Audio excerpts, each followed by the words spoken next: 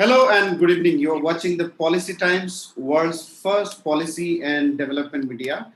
As founder editor of the Policy Times, there is nothing which can give me more satisfaction and more happiness than being part of this prestigious summit that we are organizing today, or talk series or talk program that we are organizing today on World Entrepreneurs Day. Entrepreneurship is something that I cherish and celebrate every day. Uh, this is a little emotional story because when I started this journey of starting something of my own, my father, even on his deathbed, he said that, my son, you are doing excellent work, excellent job. There is nothing that you need to take risk in life and ruin it. But I said that, Papa, whatever I'm doing it for myself. If I have to do something which can change or which can bring a major change or transformation, or which can actually or at least change my generation, it has to be through entrepreneurship. So even today, even on his death, I could not convince him, but I promised myself that this should be something which has to bring something different. I felt there is nothing more than entrepreneurship to contribute in your respective country, for your society, for your community, for your family. If you really want to give the best that you want to give, we have to do, or we have to go through this journey of entrepreneurship. Well, it is quite emotional, but it is also not easy. I think one of the toughest thing for someone to achieve in life is becoming and successful entrepreneur. So that's how the journey began of the Policy Times, and gradually Policy Times has again become one of the most important platforms for entrepreneurs also to cherish and to share their story. So we have started our Global Innovator Show, where we are selecting some of the most innovative startups or entrepreneurs who, if not today, one day are going to disrupt the global entrepreneur ecosystem, or the world.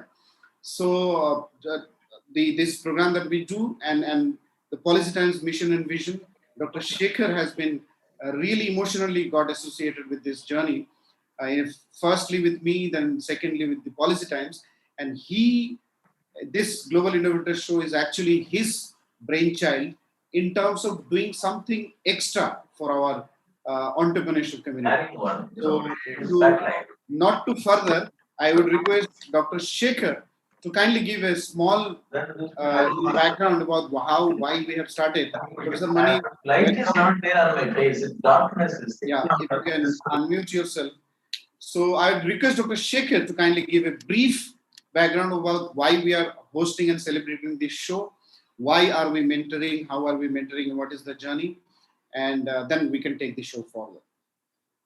Thank you, Akram. Today, I have two roles for you.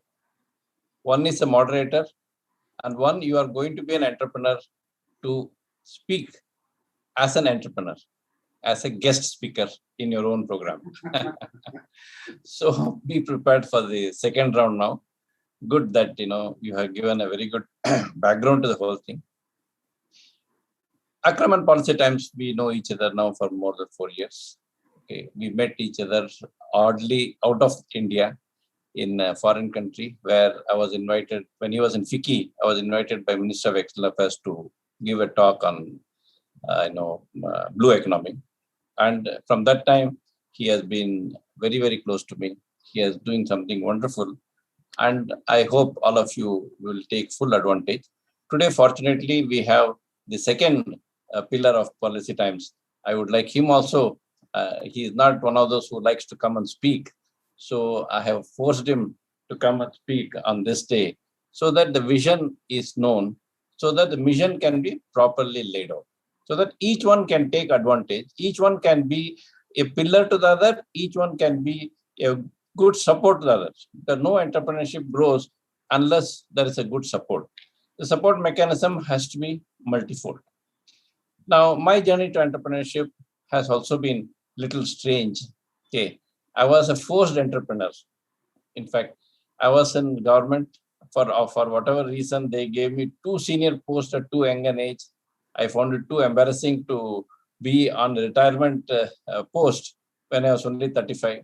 So then I left government because I knew things will start working negative if I had stayed longer, or that's what my perception. I thought nobody may like a 35-year-old man to sit on a post which is generally given to a 59 plus person. So I said, let me gentlemanly quit. I was the first director for software technology partner. Then I was myself an entrepreneur. So I have handled listed company, limited companies. I have developed a lot of products. I was an innovator in terms of almost 300 products I developed. I have been posted in Forbes magazine throughout the world. All the awards in the world which are necessary, including my most prized award is from Dr. Abdul Kalam as a global innovator. So that being the case, I said we have to do something to encourage entrepreneurship, because there is a lot of misconception. Many times when we go to entrepreneurship, program, people say everybody should be an entrepreneur. Please note, everybody should not be an entrepreneur. Entrepreneur has to be a crazy person. Entrepreneur has to be a person, who was ready to take the risk. That's why Akram's father rightly told him not to be an entrepreneur. Okay, so because he has to take risk, he has to take this thing. Second thing is he has also to look at everybody's. See, when he's growing, every single entrepreneur will be supported by minimum 500 to 1,000 by the third, fourth year of operation. That's when he grows. Many times we believe that entrepreneur means only money making. Please note that yes, the entrepreneur has to make money. But along with money, he brings so much job, so much this thing, and he always keeps taking risk. Second misinterpretation of an entrepreneur is, oh, I am the boss. Please note that for a working person, there's only one boss. For an entrepreneur, there are 200 bosses. So they should all be prepared that, the story that, oh, मैं मेरा खुद का मालिक हूँ, that is absolutely a wrong this thing. Every entrepreneur here will know the difficulty of being an entrepreneur and looking at every second notice which comes for something which you don't even know. And you have to solve it. You cannot just escape that this is not mine, I didn't do this, but you have to solve it. Whereas there is a difference between an enterprising person with an entrepreneur. Every entrepreneur should look for an enterprising person who is not an entrepreneur, who is not risk-taking, but who would always support you, who would be more intelligent than you. Please believe me, the enterprising person should be even more intelligent than the entrepreneur. Dhirubhai Ambani was not intelligent in terms of the things which he developed, which he did, but he could manage people. In fact, even if you see the salary structure, so many people are far above him in terms of actually salary taker. Okay. So entrepreneurship is a different ball game in the world. Very nicely, Akram has coined today's structure. Oddly, this year, Policy Times has done 3 programs of the world nature. One was World Education Conference, and second was World Environment Day. Third is World Entrepreneurship Day. So, which is very good. All are E's, which is very good. It is not I, it is E.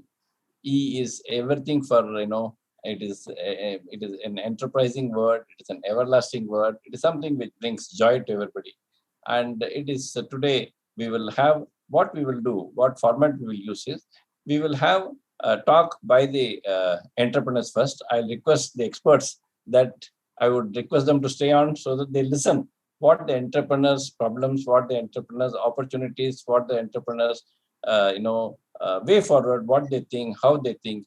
And I would also request the entrepreneurs not to overemphasize the problems, but mention the problem. Please do not. It's also not that we don't want you to mention the problem. But, we all know, people say GST ठीक नहीं है, वो ठीक नहीं है, ये ठीक नहीं है. They are all part of the game. If you cannot solve, you are not an entrepreneur.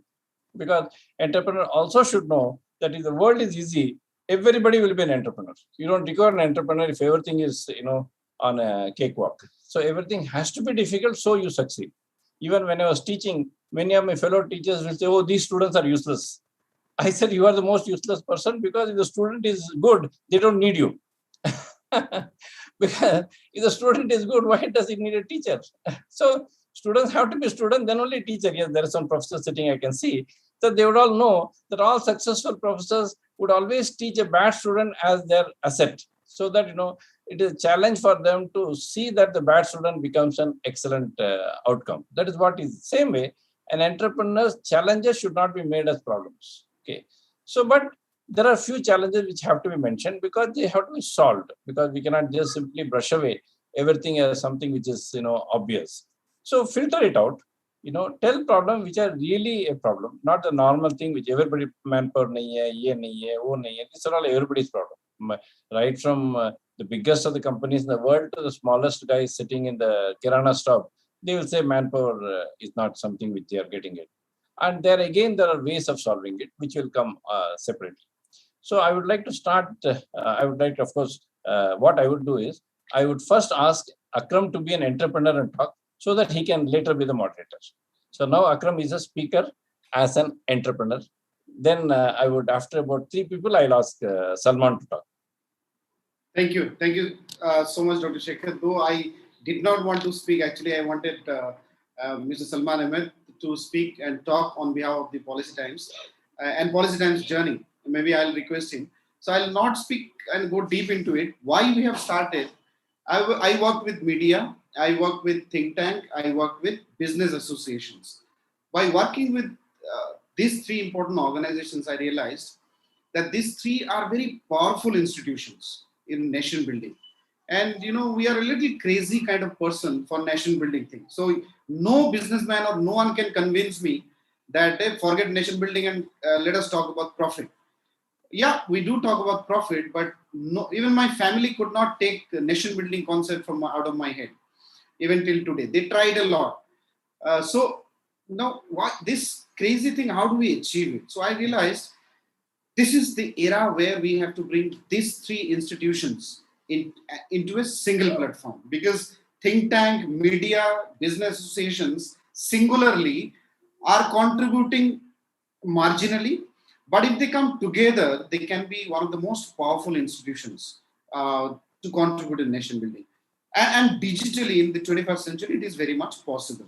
So we are building an institution which are combination of these 3. And we do not, normally media takes a role, either we are anti or we are pro. So the sense of activism is very much there. What we believe, that activism does not contribute in nation building. You don't need to be anti always to prove something you are right. What we can do, we can be the partner of the development model that government. No policy that governments make are wrong, or they are always made with a positive intention, right intention. Maybe their implementation goes wrong because there are multifarious or multi-stakeholder problems in the ecosystem.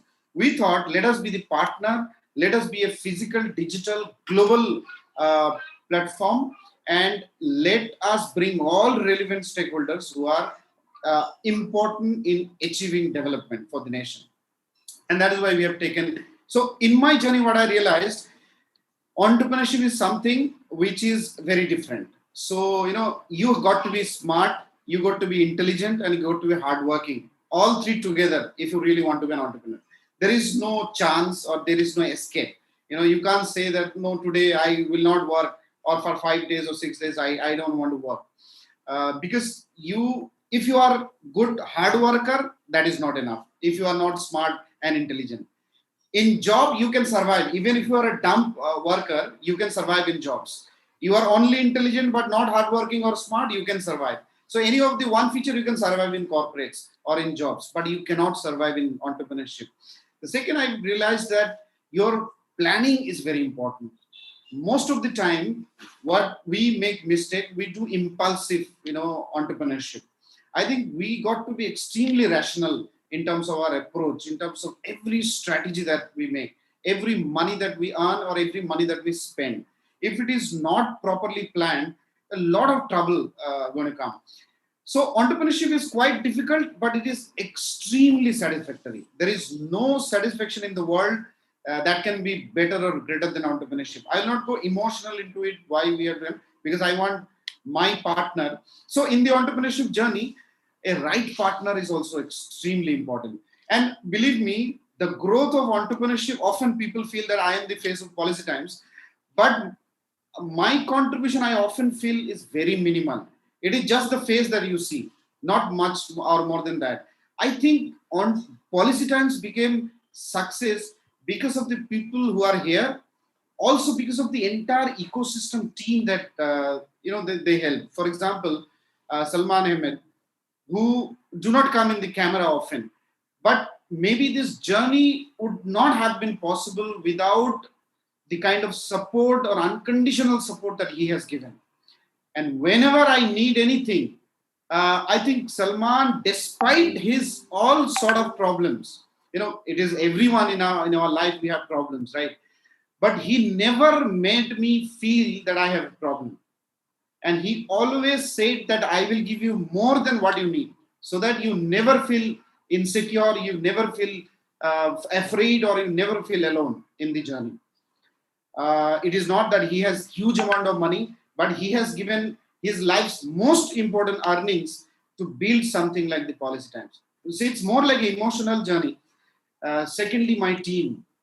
I often insult my team in front of everyone because I don't care. I need results, because a result is something which can only make us survive.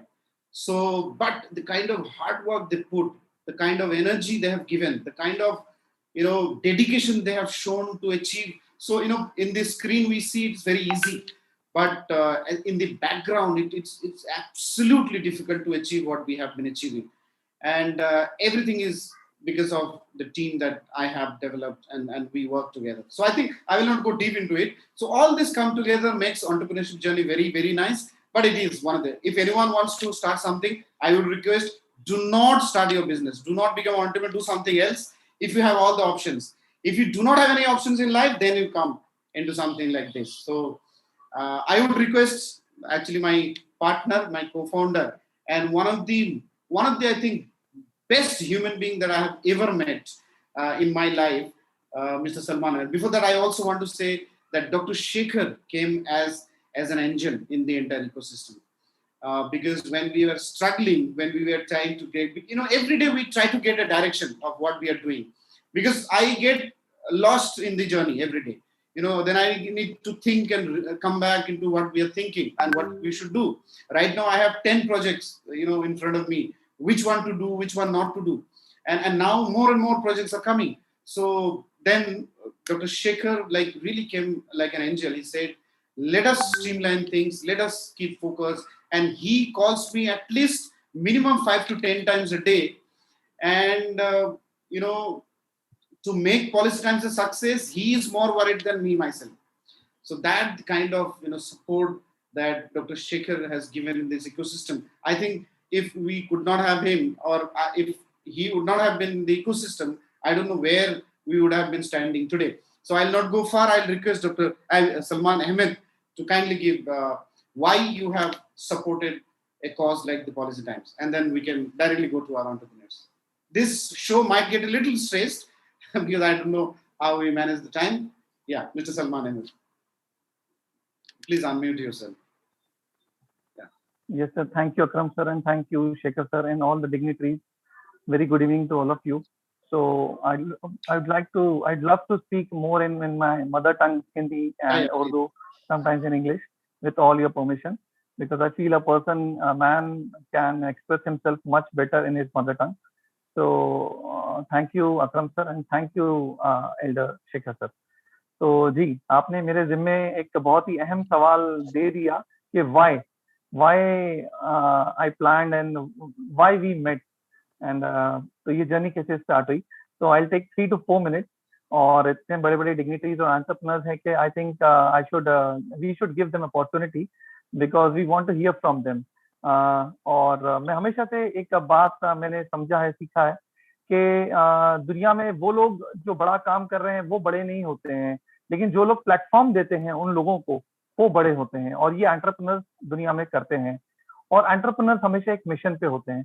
तो मैंने अपने life को, जब अकरम sir आपने Y पूछा, तो sir जब मैंने थोड़ा बहुत अपने जिंदगी में शऊर संभाला और थोड़ा सा एक जो विजडम जिसको बोलते हैं कि थोड़ा समझ में आया दुनिया क्या है, तो सोचा कि क्रिएटर ने क्यों हमको दुनिया में भेजा है, क्या मकसद है उस क्रिएटर का. फिर स्क्रिप्चर्स, चूंकि हम लोग इमोशनली हर आदमी गॉड से कहीं ना कहीं कनेक्टेड है, तो स्क्रिप्चर्स को हमने पढ़ा. तो मैंने उसमें देखा कि गॉड का साफ कहना के बाद passage of time Mankind is in loss except for those people who have faith in him and who do good deeds, जिनके एक्शंस उनके वर्ड से ज्यादा मतलब होते हैं, और वो लोग एडवोकेसी करते हैं ट्रुथ की, वो लोग एडवोकेसी करते हैं जस्टिस की समाज में। तो ये बात मुझे समझ में आई कि हमारी जिम्मेदारी बहुत बड़ी है, और हम लोग इस दुनिया में सिर्फ कुछ चंद पैसे कमाने या चंद कुछ नेम एंड फेम के लिए नहीं आए, बल्कि हमारे जिम्मे बहुत बड़ी जिम्मेदारी है समाज के प्रति। और समाज इंसानियत जो है वो सबसे बड़ी चीज है दुनिया में। तो क्यों ना इंसानियत के उन एजेंडा, उन पॉइंट को हम समझें जिसके लिए हमको दुनिया में परमात्मा ने, गॉड ने, अल्लाह ने भेजे हैं। तो मैं जब रिसर्च कर रहा था और एंटरप्रेन्योरशिप में आने के पहले मैं एरोनॉटिकल इंजीनियरिंग कर रहा था, because of some reason, because of my mother's health, मैं I left that. I was a very good student 96, तो मैं ड्रॉप आउट था 96 आने के बाद भी। तो मैं समझ चुका था कि अगर मुझे समाज के लिए कुछ करना है और अपने तरफ से समाज के लिए कुछ देना है, तो मैं शायद उसको सर्विस में रहते हुए नहीं दे पाऊंगा। तो मैंने 10 पॉइंट एजेंडा अपनी लाइफ में आइडेंटिफाई किया था कि अगर वाकई में मैं कुछ कंट्रीब्यूट करना चाहूँ मेरे मरने के पहले समाज के लिए, तो मैं क्या कर सकता हूँ। तो मैंने देखा कि सबसे इम्पोर्टेंट 10 पॉइंट जो मिशन है मेरा, कि हमारे समाज में बहुत अच्छे अच्छे इंस्टीट्यूशन होना चाहिए नॉलेज और विजडम के। रिसर्च इंस्टीट्यूशन से लेके इम्प्लीमेंटेशन इंस्टीट्यूशन होना चाहिए। फिर एथिकल इकोनॉमिक सिस्टम होना चाहिए, जहाँ गरीब की भी उतनी फिक्र की जाए इकोनॉमिक सिस्टम में, कि जहाँ जितना हाईएस्ट एक टैक्स पेयर है उसकी फिक्र की जाए। उसके बाद टेक्नोलॉजी को हम कैसे अडॉप्ट करके समाज के बेहतरी काम के लिए कर सकते हैं। और ये सब काम को जब मैं रिसर्च किया, सोचा कि हम कैसे कंट्रीब्यूट करें, तो मैं कुछ काम स्टार्ट कर चुका था ऑलरेडी एंटरप्रेन्योरशिप में चैलेंजेस के साथ।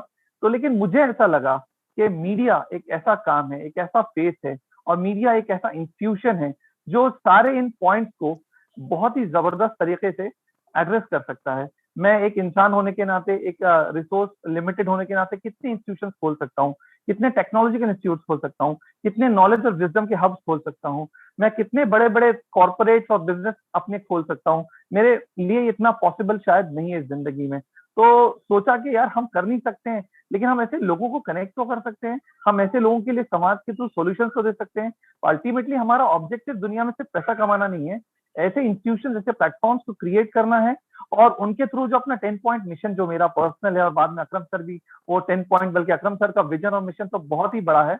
मैं तो बहुत कम सोचता हूँ, तो बहुत सोचते हैं, और मैं डरता भी हूँ इसलिए कैमरे पे आने से बहुत ज्यादा, इसलिए उनको आगे रखता हूँ। और शेखर सर भी हमेशा मुझे गाइड करते रहते हैं, ईश्वर से कम। तो लेकिन मैं जो चाह रहा था जिंदगी में कि ये मिशन को हम कैसे अप्रोच करें, एटीट्यूड हमारा क्या हो इसमें, क्या हमारे समाज के प्रति जो जिम्मेदारियां हैं हम उनको कैसे पुश करें। तो सोचा, भगवान ने सुझाया कि मीडिया एक ऐसा इंस्टीट्यूशन है कि जहां से आप ये सब काम कर सकते हैं। तो आज हम लोग जो कोशिशें कर रहे हैं, तो पॉलिसी टाइम्स को लेके अकरम साहब बहुत ज्यादा मतलब एंथुसियास्टिक थे, बहुत ज्यादा उनको उसमें कॉन्फिडेंस था। तो मैंने ये सोचा कि इस इंसान में इतनी बेहतरीन बात है, ये वो डायमंड है जो मतलब बहुत बड़ा एक काम समाज में कर सकते हैं। और कहीं ना कहीं मेरा विजन, मेरा मिशन, और मेरी जो सोच और जो मेरी जो फिक्र थी, वो अकरम सर के साथ बहुत मैच करती थी। तो अकरम सर के साथ मिलके मैंने इस चीज को, मैं यकीन मानिए कुछ भी नहीं, अकरम सर का ये बड़ापन है कि वो मुझे बोलते हैं। एक्चुअली मेरा 1% कॉन्ट्रीब्यूशन भी नहीं है, 99.99% अकरम सर और शेखर सर का कॉन्ट्रीब्यूशन है, और इसीलिए पॉलिसी टाइम्स इस लेवल पे है। और मेरी ये खुशनसीबी है कि मुझे आप जैसे लोगों के साथ बात करने का मौका मिल रहा है, वरना मुझे कौन सुनता। तो मैं ये कहना चाहता हूँ कि मीडिया मीडिया जब मैंने देखा कि गॉड ने कम्युनिकेशन के मेथड्स रखे हैं, हर वक्त में अपने मैसेंजर्स को रखा है। जब टेक्नोलॉजी नहीं थी, गॉड के प्रॉफिट्स रहते थे, मैसेंजर्स रहते थे, बहुत अच्छे लोग हुआ करते थे, सोसाइटी को एक अच्छा मैसेज दिया करते थे। तो क्या वो मीडियम कंटिन्यू है या नहीं? तो मीडियम जरूर कंटिन्यू है, मीडिया के फॉर्म में, डिफरेंट डाइवर्सिफाइड वेज में। लेकिन क्या आज का मीडिया वो कर रहा है?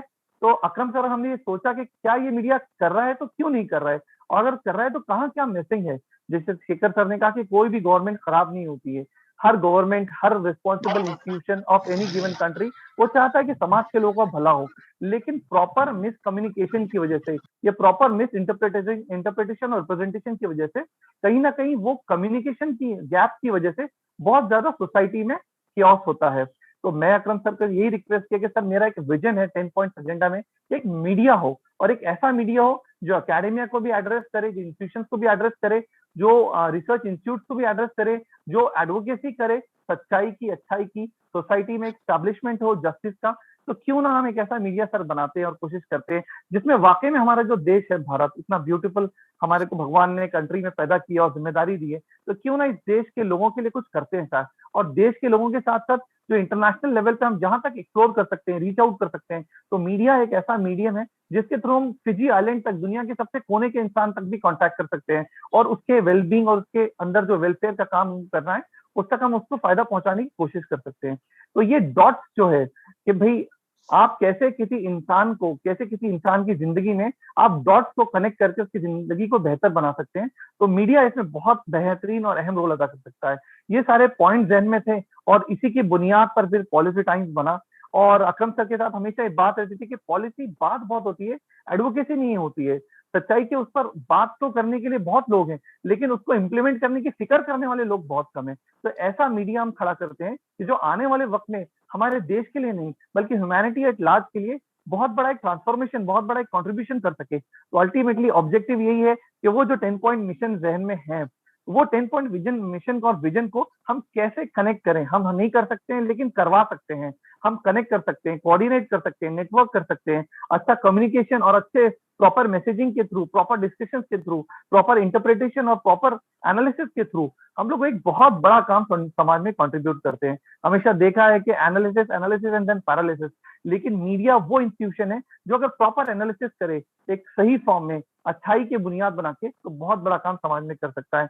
और अकरम सर के साथ जो मेरा फिकी और सीआई के वक्त उनसे मुलाकात हुई, तो मैंने जो उनके अंदर एक बहुत अच्छा इंसान और वो जो मेरे मिशन और मेरे विजन और मेरी फ्रीक्वेंसी को मैच करने वाले जो कैलिबर देखा, तो मुझे लगा कि यार मैं तो नहीं कर सकता हूँ लेकिन ये लोग कर सकते हैं। तो मैं जहां जितना मिनिमल सपोर्ट कर सकता था मैंने कोशिश किया, और आज आप लोगों के सामने पॉलिसी टाइम्स है और ये एंटरप्रेन्योरशिप जर्नी है।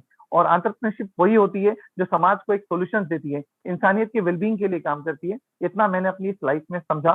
तो पॉलिसी टाइम्स के लिए मैं चाहता हूँ आप सब लोग दुआ भी करें, हमारा साथ भी दिए। हमको पैसे से ज्यादा हमको आप लोगों की फिक्र, आपका नॉलेज, आपका विजडम, ये हम समाज को आपके साथ मिलकर देना चाहते हैं और ये बेहतरीन सोल्यूशन रहेगा पॉलिसी टाइम्स के साथ इस मिशन में और विजन में। जी सर, माफ करना मैं कुछ अगर मिस किया हो तो।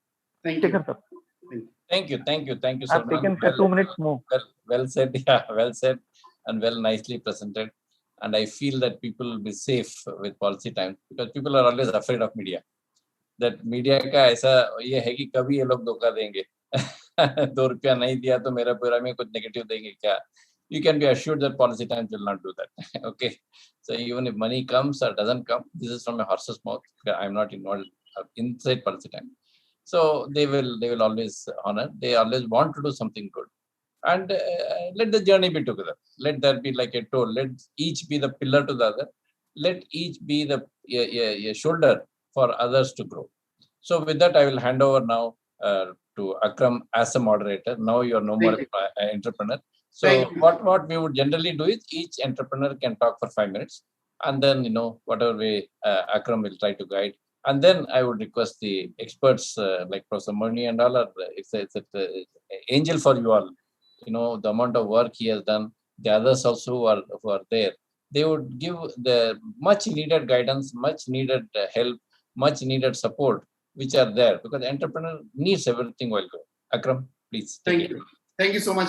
I formally want to welcome Dr. Dilip sir and Dr. Rana sir for giving us time.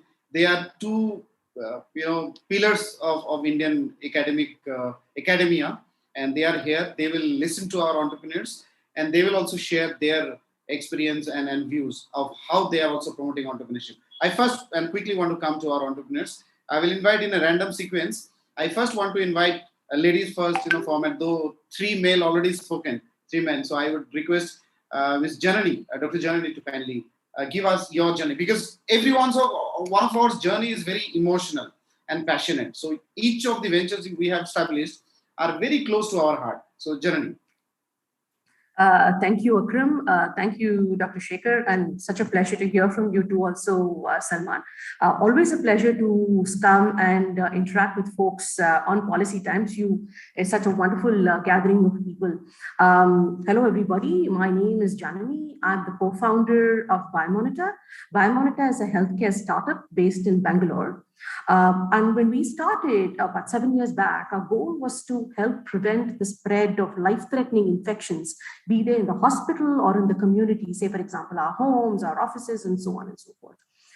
It so turns out that Biomonitor was started almost exactly 7 years back in August of 2014. And when this August came about, it was the perfect opportunity for us to reflect on our journey. 7 years back, we were a bunch of scientists.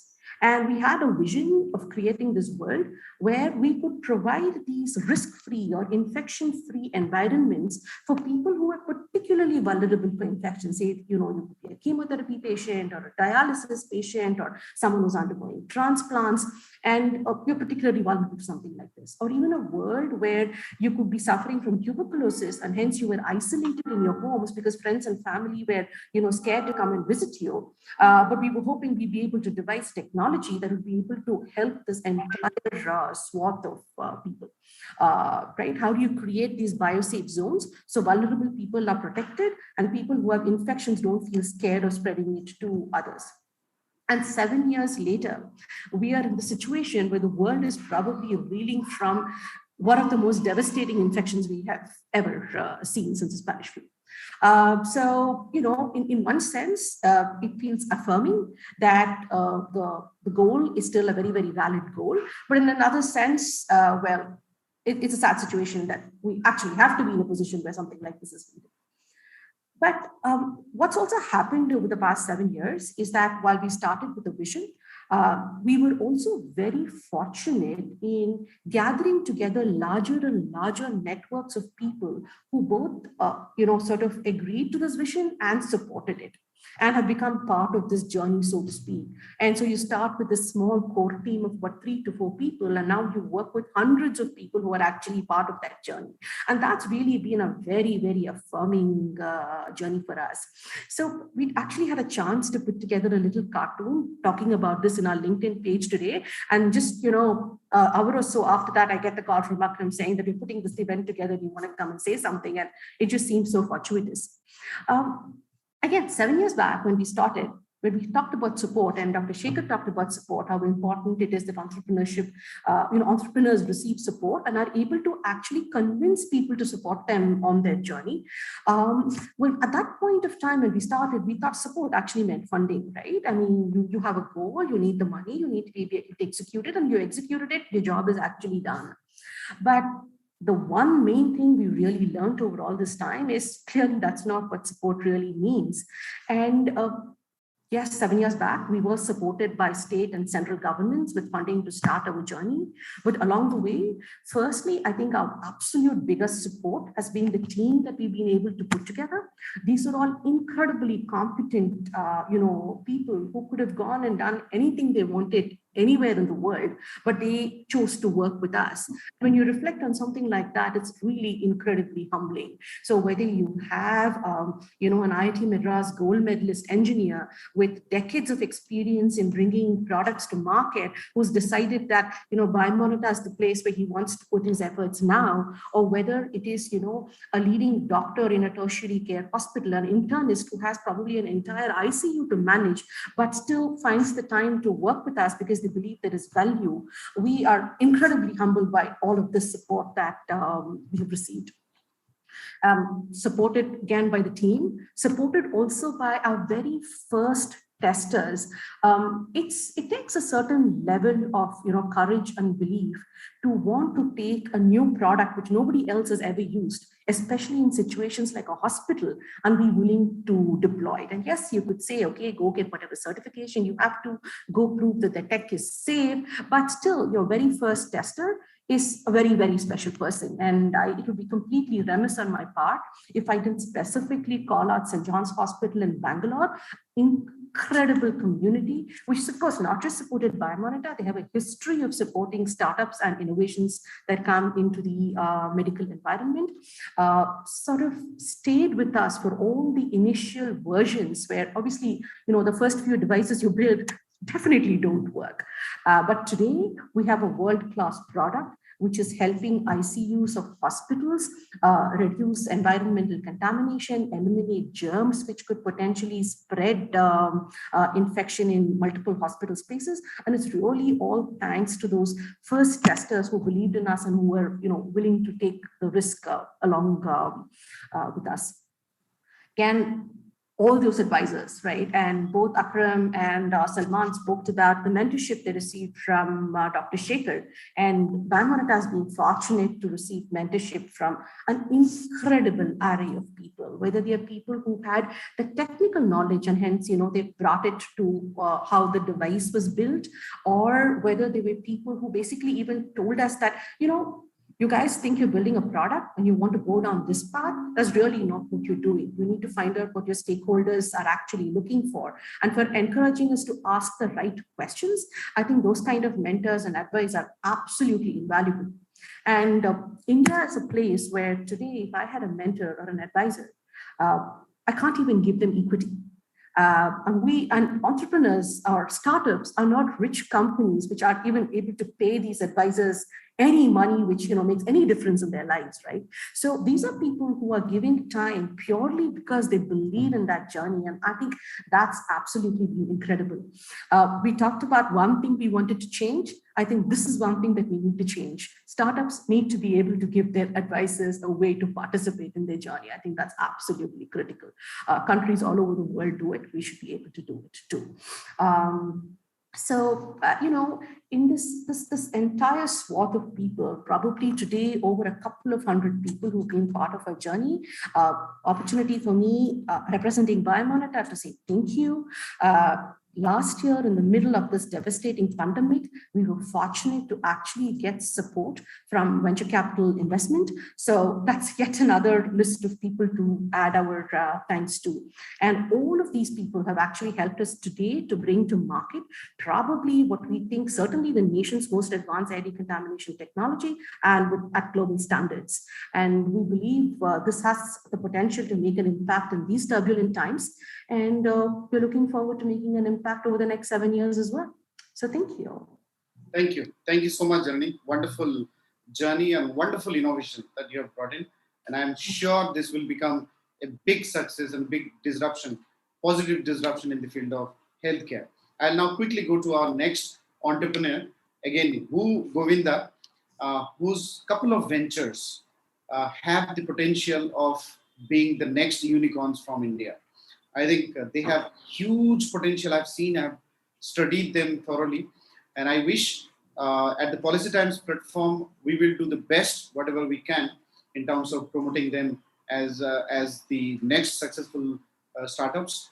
I would request Govinda to share more about your ventures. Yes, thank you very much, Akram sir. And it is a pleasure speaking on this forum and getting connected with such prominent people from the industry. Yes, and thank you for the very nice introduction that you have pushed forward. Definitely, like mentioned by Sekhar sir, that entrepreneurial journey is definitely a rewarding journey, and as well as it is there is some risk involved in that. So about my journey, so we have established a startup called Abilifree Business Network. We have been working on this concept since 5 years now. We started this in 2016. And the core agenda of this concept is to support MSMEs, SMEs, entrepreneurs, businesses. So the very essence of this meeting, that whatever challenges the entrepreneurs are facing today, we are directly in the line, understanding from them that where they need the support, how we can help them grow their business. So specifically we work on the digital promotions of these businesses, but through our own platforms that we have created. So primarily, we are a business network. So we are right now connected with more than 50,000 businesses across the world through our digital business network, which runs on an app called Abilifree. So we have been on the roller coaster ride while launching this platform in the market, getting the first feedback from the market, then getting completely rejected at times, and then suddenly accepted by an overwhelming response, you can say. So it has been a learning curve for us. And what we understood during the journey is that every business, when it starts getting into the market, getting its first customers, getting the first feedbacks, every business makes certain kind of mistakes in marketing, in choosing the right platforms to spend on, in choosing the right platforms or ways of marketing. So what we wanted to do is we wanted to support the businesses from rural areas, let's say, from tier 2, tier 3 cities, to specifically get access to a good digital promotion platform. So, and the platform had to be very effective, it had to be very simple to understand, it had to be very economic in nature, it had to be very quick rewarding, because we saw that when an entrepreneur spends a penny, even a penny on marketing, he's kind of impatient about when the result will come. Then it has failed, so he get discouraged that okay, it has not worked for me. So I'll just sum it up in a simple story that what we could achieve with our platforms that we have launched in the market is that there were small scale businesses in a small town called Parbani in Maharashtra state. And there is a small town, I just forgot the name. So there were two businessmen who were dealing with coir products. So they were selling coir products. And they were only looking at Parbani as a market, or sometimes some other districts nearby. But our product reached them in a right manner, that okay, here is where you can grow your business internationally. The aspirations of such small businesses are so high that they do want to go global. It's just that the bridge is lacking, that they don't know how to go global. So what we did is we took them on our platform, we promoted them on our platform, and now just some 2 to 3 months ago, they informed us that they got a very good client in Saudi Arabia, and they were so happy, and they wanted to know whether we have more paid packages with us. But we have exhausted all the packages on them, and that too, they could not believe that it can be so economical, that we got good clients in Saudi Arabia, and this can actually happen. So so we do this with technically speaking, how we do this is we have created a platform that works on let's say some algorithms of machine learning. So what it does is, when you download the application and you fill your company profile and etc, the details, it actually starts matching all the parameters of your business with all the other people on this network, and it's then starts doing the matchmaking. So the same thing which happens on many marriage matrimony platforms, that the profiles are matched. So we basically match the profiles of businesses on the app for free. So what happens is, whenever any business downloads the app and puts his profile, he starts getting suggestions about which business can be relevant for you. And this way they start their journey. Then they explore more sort of promotion activities on the platform. They try it out at a very concessional rates, and then they start paying us. And so the business model goes ahead. So the majority of the part is for free, because we want people to connect with each other. We know that once people get on digital platforms and they experience the quickness, the swiftness of a digital platform, what changes it can bring, what transformation it can bring, they specifically stay connected with us. So that's why organically, without spending much on marketing, we could reach a staggering number of 50,000 businesses in our network, and all businesses are happy with the product that we have launched. So this is about what the company has been doing, and we intend to reach all the businesses worldwide, connect all the businesses worldwide. So there is no gap in any. There is no roadblock to aspirations of any business. And just a small summary I would like to give about what I have learned from an entrepreneur journey, which I'll sum it up in 1 minute, is that when I was learning in college or in MBA, or gave many exams, I was always afraid of mistakes, because mistakes meant my grades are down, my career is going to fail, etc., etc. So mistakes was my biggest fear. But when I entered the entrepreneur journey, I actually learned that mistakes are rewarding, because they teach you a lot. Without doing mistakes, you cannot proceed. Without doing mistake, you cannot improvise. So when you actually make mistakes, you get an opportunity to improvise, and if you improvise uh, uh, accordingly, definitely there is a lot of a lot of reward in this entrepreneurial journey. And what we are now doing is actually trying to make sure that the businesses that we cater to, the members that we have on our network, make lesser mistakes in their marketing by using our services. And that's how we want to create convenience for businesses. And we do believe, I personally believe, that if we create the convenience for businesses and amplify it by technology, then that's the formula for a perfect unicorn, that is create convenience by technology. Right. So thank you again, Akram sir. Thank you for giving me a chance to speak here. And I wish all the best to all the entrepreneurs on this platform for their journey ahead. Thank you. All the very, very best. And we wish to see you really disrupting the market with a new product. I would request now another entrepreneur and visionary sportsman who is again trying to contribute through his entrepreneurship journey in a unique way. Nihal Pradeep, kindly share your journey. Yes, thanks a lot, Akram. Thank you for introducing me and having me on this show.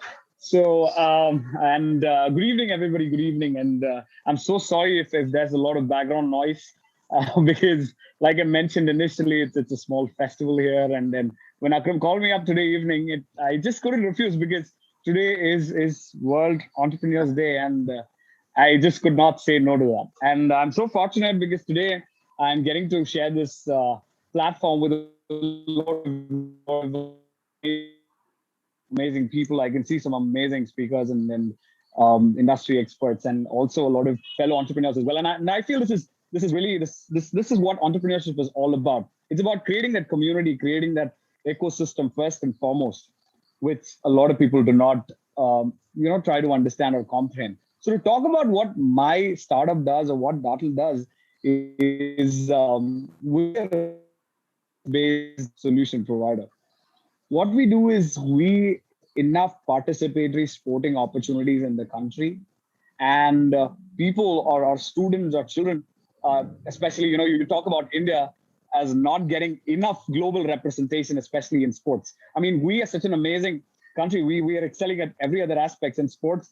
Take any other sport except cricket, India is failing to get that global representation. And me being a basketball player at a very young age, it never worked out. For me, I feel very important that I am able to create a system where students in India or young talents in India get that visibility, which is very important. Create a system which can create that little bit of visibility, which can help sports people take off from a very young age. So the system that we've built involves a lot of iteration.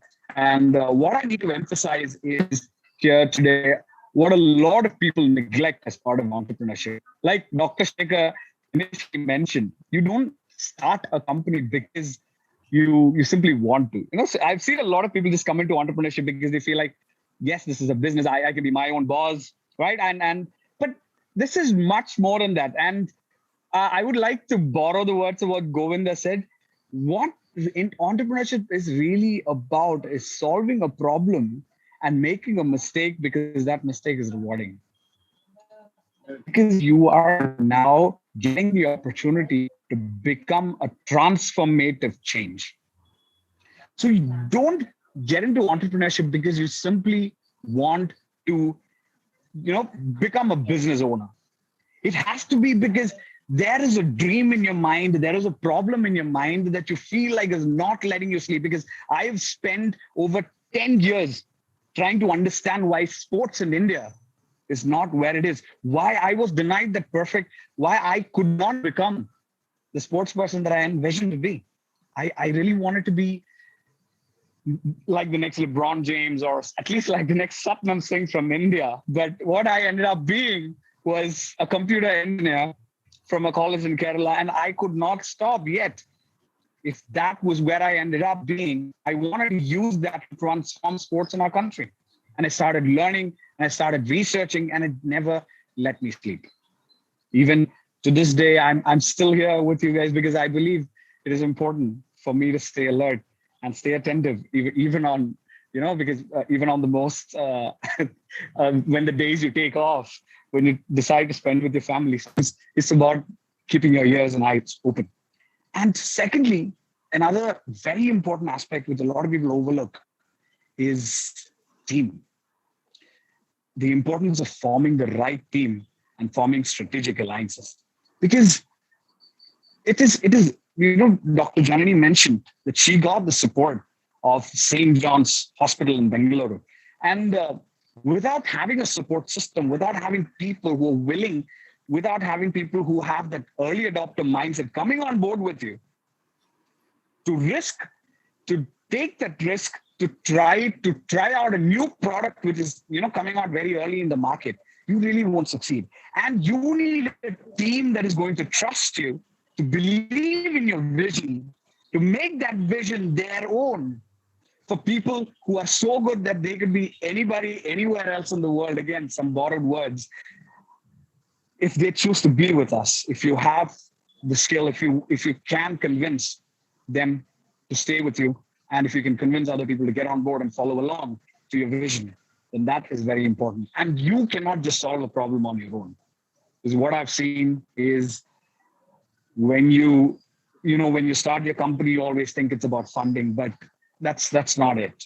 You need people from different verticals. For example, I'm coming here, and without Akram's support, for example, it would be a little. What Akram is making this difference for Gartle is we're getting that publicity, we're getting that recognition, we're getting that PR, and it is very important for me as an entrepreneur to stay connected within the system, so that I have more people to connect to, so that we have more people to support us and give us that network, give us that opportunity to really be part of a system. And in India, entrepreneurship, I feel, has got a lot of potential, but still, I do not want to touch upon any particular instance, but I feel there's a lot of scope for improvement, especially when you look at how policies are framed, when you could always make it. I feel it can be a little bit more startup friendly, and also the instruments of funding, again, which are something like, for example, a lot of other countries have instruments like iSafe or Safe, which is still very premature in India, and a lot of people still don't use those instruments. And I feel it is about the system, the mentorship, the community, and the entrepreneur system can do a lot more to try and educate individuals on these different opportunities that are out there. So with that, what I really want to say today, my closing remarks is, it feels amazing to be part of this community, and I would not trade anything at all for being what I am today. I would never do it. And no matter what I do, I will give it my all to try and create a better sporting nation for tomorrow. And I do not want to touch upon what my business is doing today, but to all the entrepreneurs out there, keep doing what you're doing, believe in your vision. And it is really important. If you don't believe in it, then you won't be able to convince the naysayers that you will be able to make a difference. And I wish everyone all the best, and wish all of you a happy Entrepreneurs Day, and from my hometown, a happy Onam as well. So thank you all. Thank you so much, Nihal, and a very happy Onam to you too. And why we are emotionally and intellectually connected with you is the last sentence that you said, that you, no matter what you do, you want to see India as one of the most successful sporting nations of the world. And this is where we are committed to actually, to share our stage with you, to make India a better sporting nation. We don't know where we will go, but we will definitely be with you to reach there. I'll now invite our final entrepreneur of the evening. Actually, it cannot be, because our other speakers can also be entrepreneur tomorrow, and they are also entrepreneur in their own way. So I'll invite Shrikantji to kindly make a small presentation. He's doing a wonderful work with 3D. 3D printing is going to revolutionize, and his venture has immense potential towards that. Shrikantji. Thank you very much, Akramji, and Dr. Sekhar's guidance has brought me up here to the Policy Times, as all of you have said, and I would like to wish everyone a happy Entrepreneurs Day. And it's a pleasure to be in this platform, which Dr. Sekhar enabled, and Akramji is doing it so well. As just now Nihal was mentioning, is that it's the platform you gave for giving us this kind of public relations, to be really out there to tell people what we're doing. So I want to take a different perspective today, Akram. Though I'm in 3D printing, this is Entrepreneurs Day, so I don't want to bore the audience on additive manufacturing or 3D printing, which is of course an exciting journey. I would just like to touch upon a few things about the entrepreneurship itself. I've been an entrepreneur the last, I would say, from somewhere around 2004 onwards. So it's almost like a 17 years of journey, primarily in the Middle East, where we were instrumental in printing some of the largest iconic projects of Dubai, including the tallest tower of the world. So we were running managed print service, a very young company, and we could scale in just about 4 years' time into $2 million company. Of course, it was not a easy going time in Dubai. Of course, in 2010, when the Lehman Brothers broke, it also gave us some difficulty. But then it also gave me a lot of strength to come back to India and start up again here the journey into various platforms. And one of those platforms was running on managed services or managed print services, where we were talking about having one platform on print, and then went on to 3D printing. And then my biggest passion has been on sales and marketing as an entrepreneur. So we got the opportunity to train corporate sales skilling, a very unique program, which is called the spin selling technique, across all the entrepreneurs. And that's where I picked up something on what should the DNA of an entrepreneur should be. So I'm going to just share the screen, Akram, if you'd allow me, a few slides about what should be the DNA of an entrepreneur. So I'm not really going to talk about myself, but it's about all of these facts and figures or research and things which I've done across in the last 15, 20 years, which has brought me to this set of slides, or small part of the slides, where I can share the journey as to, it's not really what I am, it's what we should be, the learnings we've got, the kind of rough weather we've attended, and what should an entrepreneur really be, and what should be the DNA of an entrepreneur. So I'm just going to share my screen, Akram, if you can see my screen. Yeah, we can see. Can you see my presentation? Yeah, we can see. Yeah.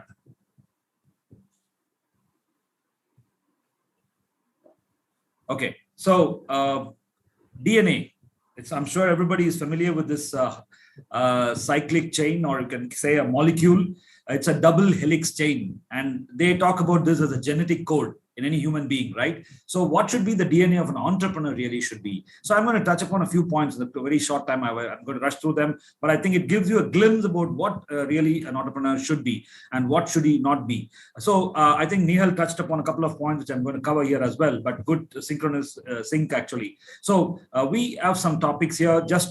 I had a 1 hour presentation earlier, but I'm not going to do that here. Just going to give you a few insights of what do we mean by DNA? What is an entrepreneur? What should be the trends and shifts, and what are we going through today? What powerful lessons can we learn, and what problems are we solving? Something what Nihal had touched about, and traditional versus digital transformation, which is really happening in the last 1.5 years, in fast forwarding in terms of the COVID times, and the new era of sales success, which has been my area of success or area of specialization. And how can we build value as entrepreneurs, and on how entrepreneurs are the best salespeople. So we're just going to touch upon some of these points. I'm not going to talk about all of these, but just gives you a kind of thought process as to what entrepreneurs are. And I'm sure the panel can share their views on this later.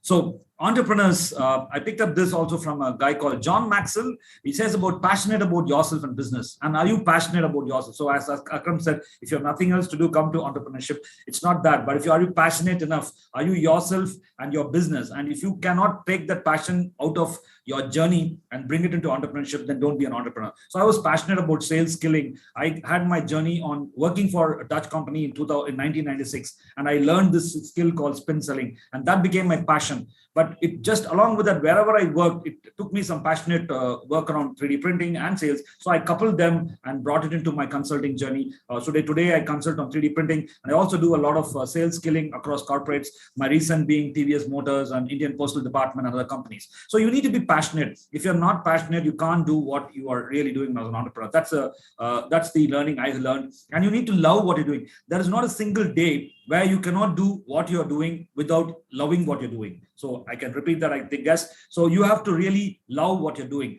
I got placard somewhere in my college. They said, love what you do and you never have to work a day in your life. That's what I've been doing. Love what you do and you never have to work a day in your life. I've never been working for the last 20 years, I can guess and say, in the sense that I love what I'm doing. So whatever I do, whether it's this Akram Haque's TPT show or whatever it is, I love what I'm doing. So therefore, it is an enjoyment and it's not treated as work, but it actually takes you to the journey of what you want to achieve. And you have to add value. Every time I talk to people, every time I sometimes people think, okay, you're preaching or you're trying to give inputs. But I think even in this forum, adding value to people and not just talking about what you're doing, but adding value to people is more important. Therefore, this kind of value of what entrepreneurs should really add value. And entrepreneurs always add value. And if they don't add value, then they don't have a job as an entrepreneur, because entrepreneurs solve problems, as Nihal said. So if you're solving a problem, you're adding value. So every time you solve a problem, you create value, you add value. And when you add value, you make your life count and you make others' lives also count. So that's very, very important, that making your life count and making your dream and purpose, finding your dream and purpose and going out there and giving it your best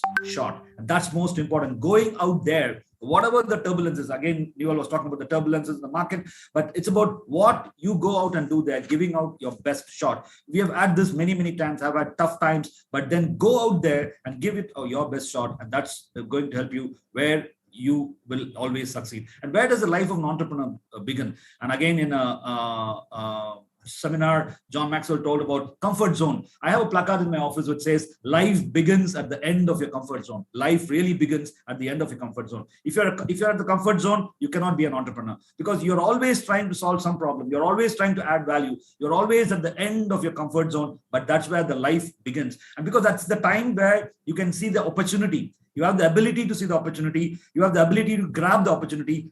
That is because entrepreneurs grab opportunities of what others don't see. So if you have the ability to see what others don't see, that's where entrepreneurship really counts. And as an entrepreneur, you have that ability to grab, whether it's the Zomatos or Olas or Swiggies or Flipkarts. They saw opportunities in the marketplace. They grabbed the opportunity. And today, the food or the healthcare, like the pharmacy or whatever you call it, all grabbed opportunities which people did not see. And they solved a problem. They solved a common problem. Ola solved a problem. Zomato solved a problem. Swiggy solved a problem. So all of these people solve problems. And therefore, that would the spirit of an entrepreneur would be. And live and love your life and doing something always that adds value to people.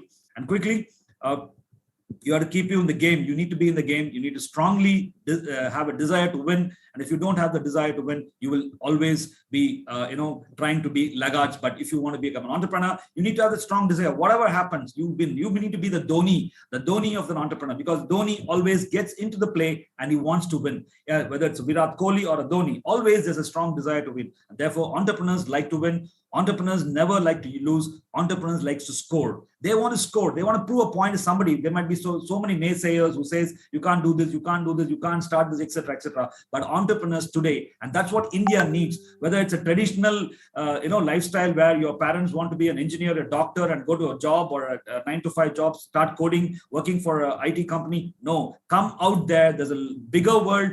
There's an entrepreneur world. There's a lot of things which are happening out there. And today, the Startup India, Stand Up India, MSME, so many schemes, including what Dr.P.Sekhar has been advocating across for strategic growth in nation building, has giving us so much opportunity that you need to become an entrepreneur because you like scoring. And if you like scoring, become an entrepreneur. Adjust fast. And entrepreneurs are constantly want to keep score. They never follow, or one thing they do is that they lack patience, including me. Sometimes we all lack patience, but patience to build a team. Again, I think Nihal or Pradeep pointed it out. You need to have a patience to build a team. If you can build a good team, the team will do the rest for you. And you need to, entrepreneurs have a bias for action. They dream big, but sometimes they have a bad team. So you need to have a good team. And if you have a good team, you can achieve. And if you can believe in it, as he said again, you can achieve this. And entrepreneurs love problems because entrepreneurs learn from problems and they leverage problems and they thrive on problems. And if you can't thrive on problem, then you're not an entrepreneur, because entrepreneurs are there to solve every problem in the marketplace from one another. And that's where every new product, every new innovation, every new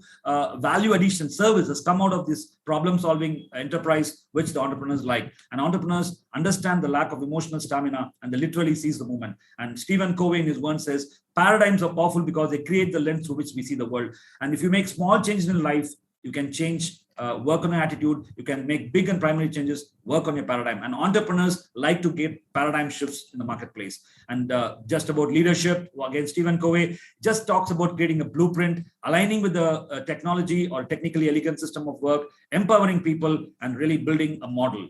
And, again, Jack Canfield says, if you want to create the life of your dreams, become a person where you take 100% responsibility. And entrepreneurs always take 100% responsibility, or they should really take 100% responsibility for the life you're in. And if you keep on doing what you've always done, we can only get the results we've got. Therefore, the day we change and the day we change our responses, our life will be always better and better. And he says a very simple equation: whatever event happens around it, whether it's a pandemic, the response you give to the marketplace will be the outcome. And if you don't like the outcome, change your response. That's the beautiful equation which he says: if you don't like your outcomes, change your responses. So entrepreneurs like to ask questions. Questions unlock doors of opportunity. Entrepreneurs know what problems you're solving. Entrepreneurs always ask this inquisitive mind where we define the problem, identify the problem, and if we can identify the problem, half the problem is done. Half the problem is about understanding the problem. And if you understand the problem, I think you can get the problem solved and done. And that's most important in this marketplace.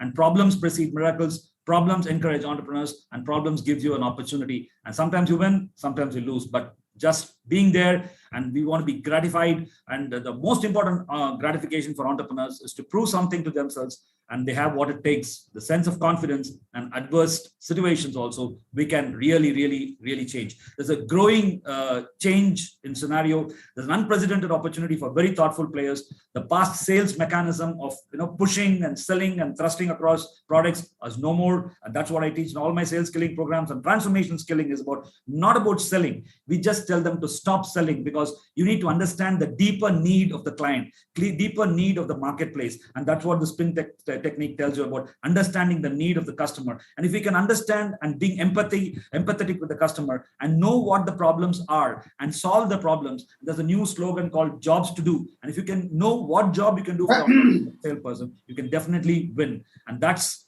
the last slide I have about creating a sustainable value as an entrepreneur. The ability to live within our means, ability to provide value that sustains the organization, and the context in which it exists. And that's really my thought process, Akram and Dr. Sekhar, is that we can, as entrepreneurs, create a very sustainable world, a very growth-oriented world, but keeping this blood or a DNA of an entrepreneur, you can really achieve what you want. Over to you, Akram.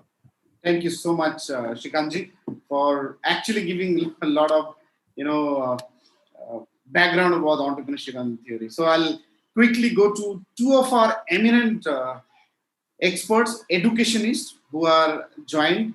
And then I will also invite Professor Moni, who is again doing wonderful work, earlier with government, now with Shobit University, and Ashish sir, who has been part of the corporate, and I'm one of the largest company of the world, not one of the, I think the largest company of India, which has been doing wonderful work. So I'll first request Dr. Dilip, and then I'll come to Professor Rana. Professor Dr. Dilip sir, kindly your wisdom, because you have been working in entrepreneurship field. You have heard a couple of entrepreneurs speaking, so kindly give us your wisdom and learning on entrepreneurship. Please unmute, sir. Thank you, Mr. Haque. And little introduction before we start, sir. Maybe. Yeah. Okay. I am Dilip Nandyoliar. I am now, of course, co-chancellor with Commonwealth University based at UK. And I also do a lot of assignments here in India, although I live in India because that's a kind of a adjunct position. Now, entrepreneurship is something which is very close to my heart, and that's the area of my research. And therefore, I was invited to talk about it. I was more than glad. Just now, there was some very high energy talk given by Mr. Shrikant, and if that doesn't motivate people, then God knows what will. It was a wonderful, presentation. I will also attempt to give a presentation right now, if I can. Sure. And then let's see how it goes. So I can't see the.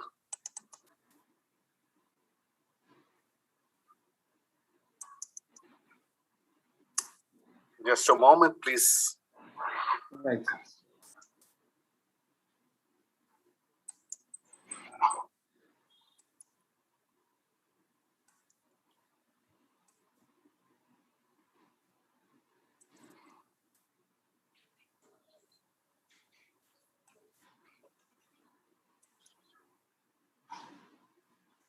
We can't see your screen, sir.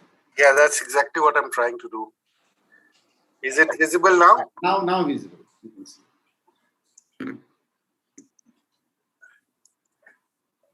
Okay.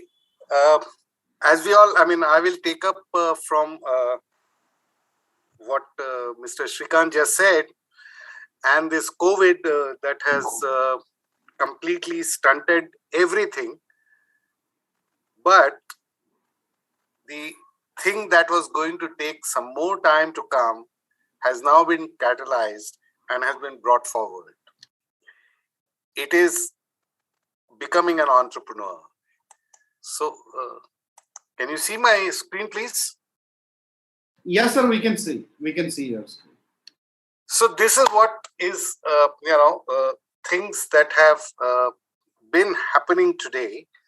We all started with remote working, and remote tutoring, and that has progressed to work from home. And these were the technologies which have now started emerging. You have AI, you have machine learning, and all sorts of things to make life easier for human beings. But I wonder whether it will be easier or it would be, more complex. So the whole world is now very new. It's going to be very, very different from what it was just a year ago. Everything is changing. Everything is becoming, different.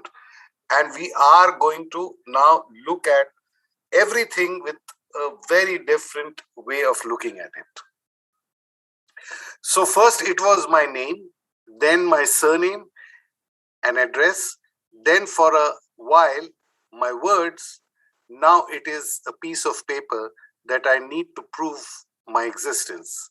It's really a brave new world. Okay, so name, surname, everything is blurring into virtuality. So what does that all mean? What does that all mean? Here is what it means. We have, in 1784, we saw the Industrial Revolution. All of us must have read about it in history. This was essentially around steam. So we had steam engines, we had all things to do that moved with steam. Even cars were steam cars, and then we came into the next, round of revolution, which was mainly around electricity, and that speeded up, and we got into a situation where we got into mass production.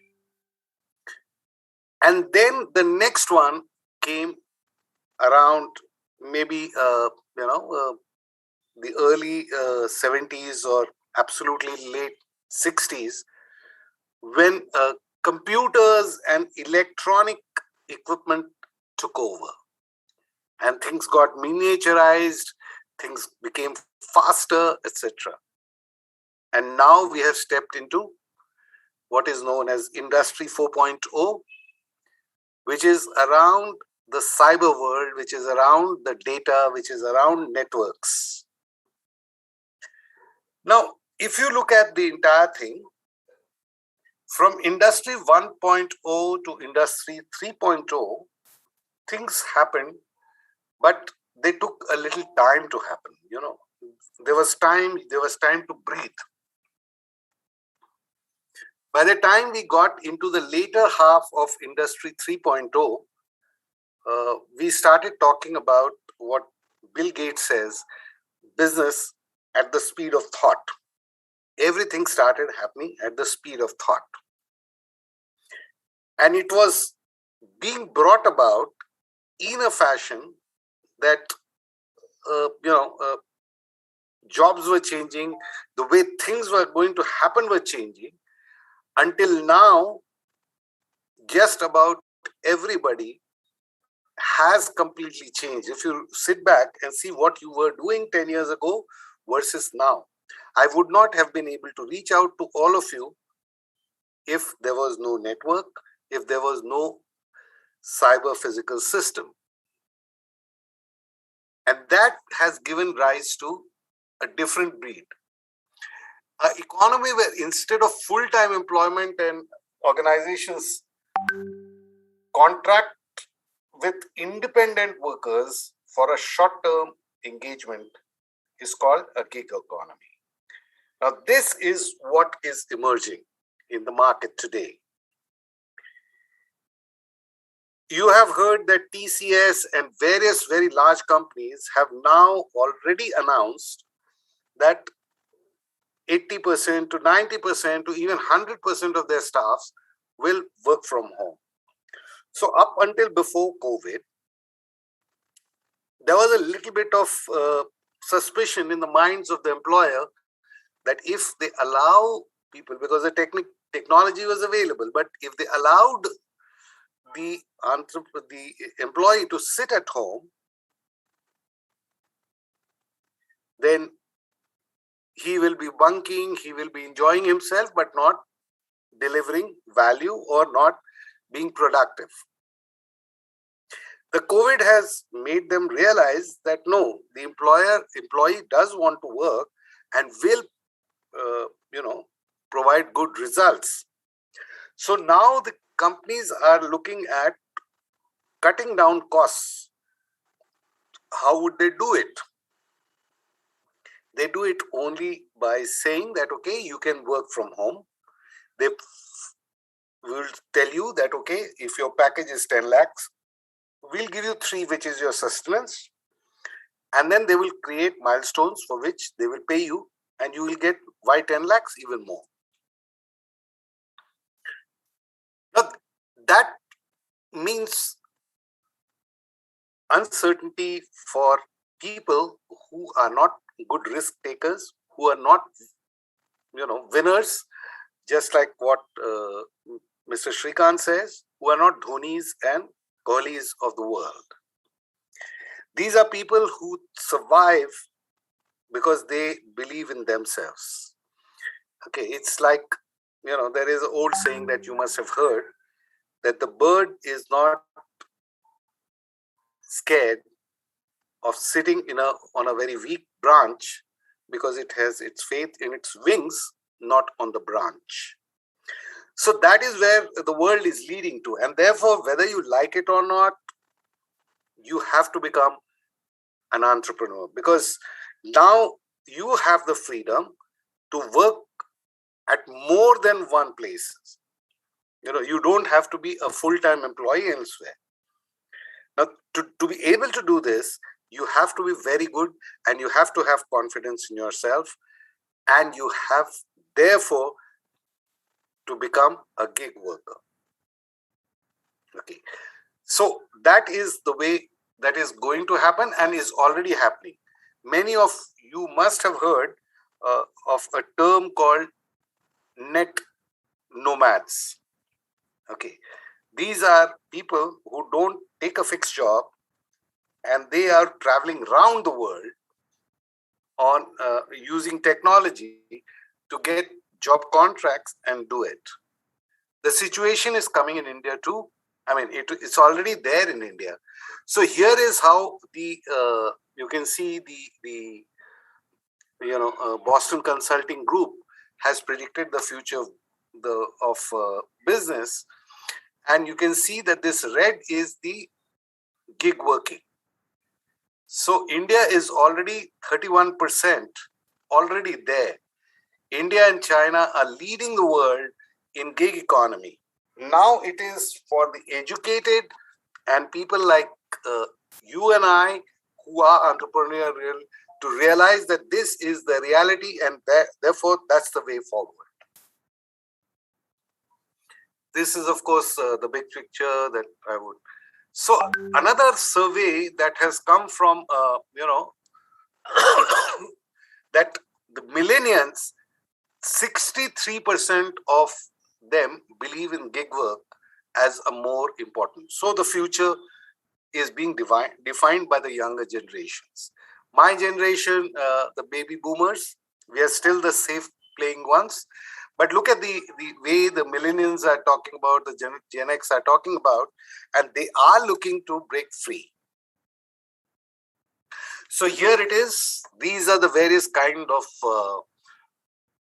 entrepreneurs that you have. An entrepreneur is somebody who actually fights a large organization by finding an opportunity. A e-preneur is, people like Swiggy and all. A freepreneur is someone who uses free or very low cost methods to, make money. Infopreneur, all these are the various names of the same people. So the best way forward is becoming a gigopreneur. And that is what is entrepreneur ultimately. And everybody that you have seen, even in the past, started out as a gigapreneur. One of the best examples is Bill Gates. Now, you all know that Bill Gates and his partner first started out as vendor to IBM. Their fondness of the computer and the fondness of writing codes was known, but they first started out writing with codes for, or rather software for, IBM. Until they realized that whatever they do for IBM binds them, because everything that IBM did was meant to be proprietary to them.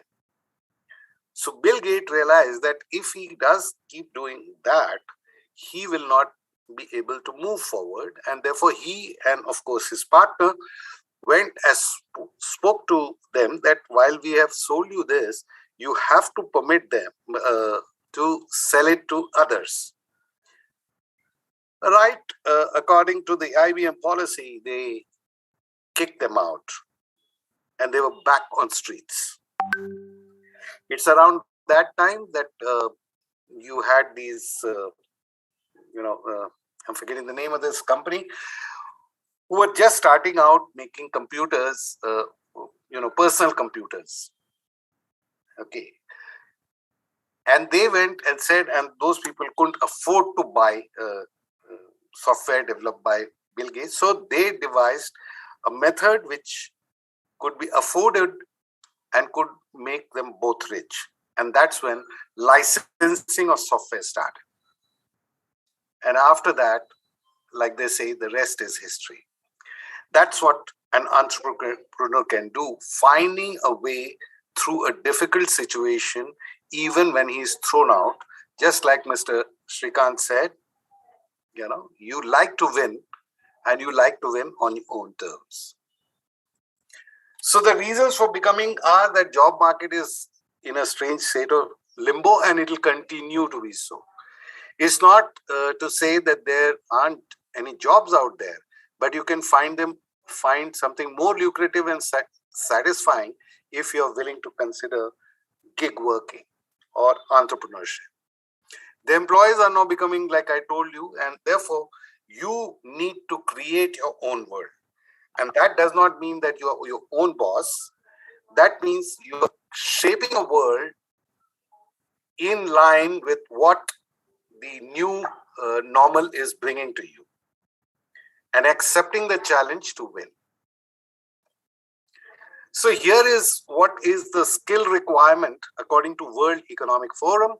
And you can see how it's been a kaleidoscope in the next, 15 years from 2015. And you can see that the first 5 elements in 2030 is all about becoming an entrepreneur, where you have to be making sound judgments and decisions very quickly, have a fluency of idea, have a fluency of looking at changing the status quo or challenging the status quo and asking why and why not. Obviously, learning from the mistakes of yourself and others, and then devising yourself a learning strategy where that you are always on the top of the ball to be able to deliver one better than yourself. There is somewhere I read that the only competition I have is with myself.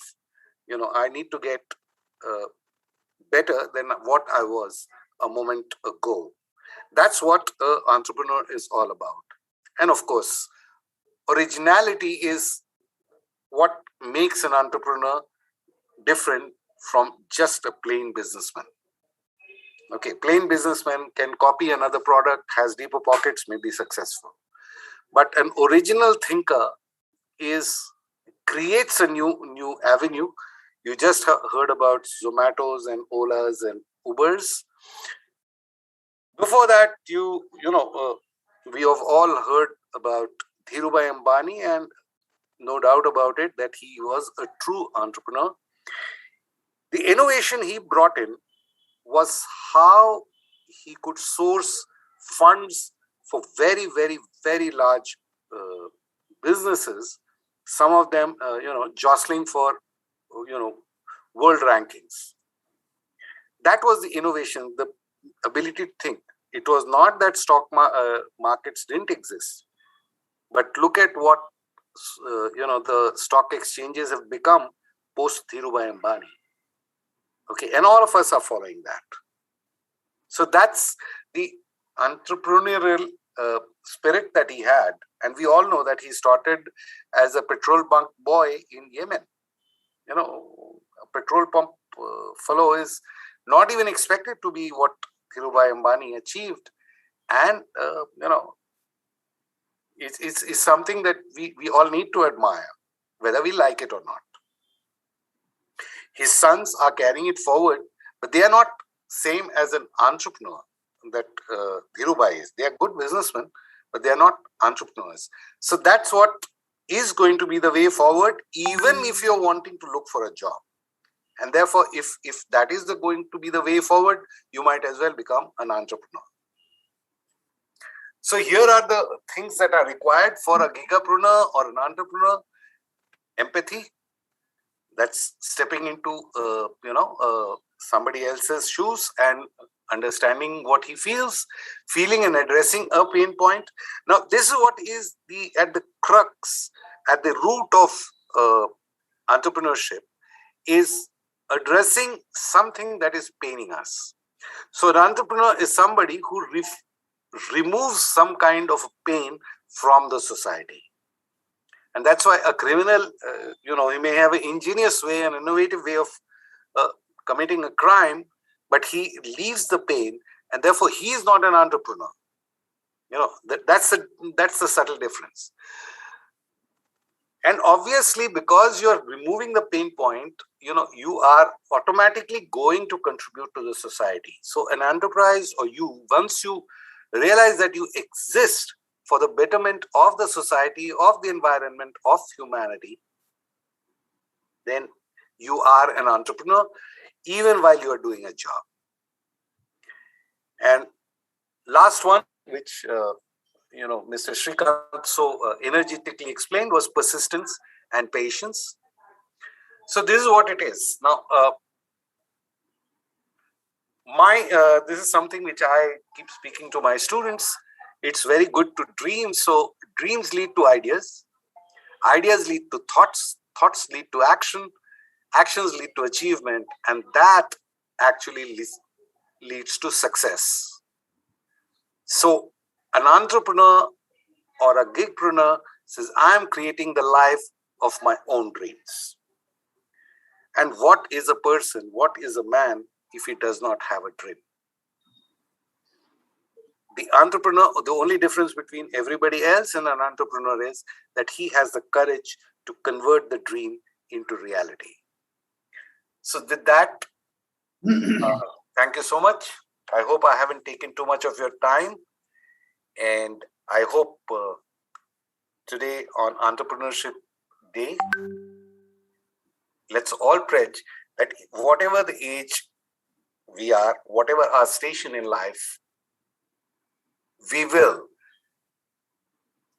support entrepreneurship and we will, in our own fashion, become entrepreneurship. And that will be success, which is a state of mind where I want to do what I want to do, not what I must do. Once we can get that into our situation, then we are an entrepreneur.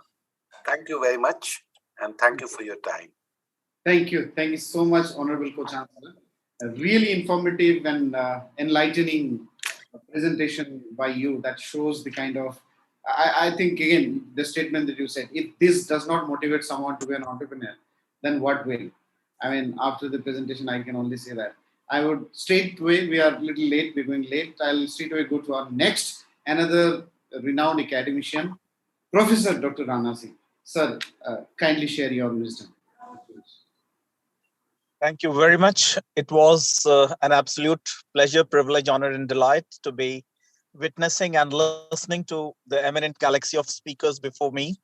And I take this opportunity to extend my heartiest thanks to the Policy Times and Mr. Akram ji and his entire team, which has created this portal and ecosystem to bring about a change in the country by his eminent thoughts and views and efforts. Well, I'm thankful to all my speakers who emphasized on various dimensions pertaining to entrepreneurship on this special occasion of World Entrepreneurship Day.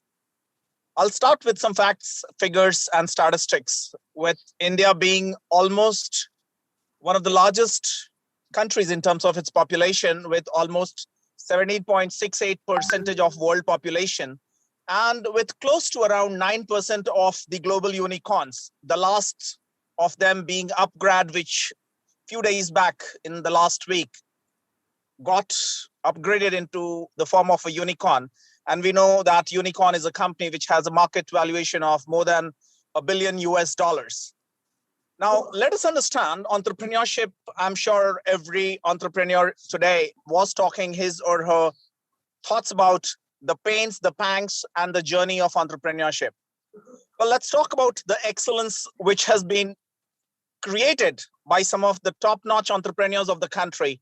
And let us understand how to evolve our ecosystem to take it to newer heights. Well, the total number of unicorns from India is inching. It was 59th one being Upgrad. So this is less than 60 out of the total number of unicorns, which is amounting to close to around 700. So out of the 700 unicorns of the world, India could contribute to around 59 unicorns, the last one being Upgrad. So let us understand what is the biggest challenge which is coming in front of the unicorns and how do we overcome it? Well, first and foremost important dimension is we are still to create a world-class ecosystem to nurture the entrepreneurs and the entrepreneurial ventures.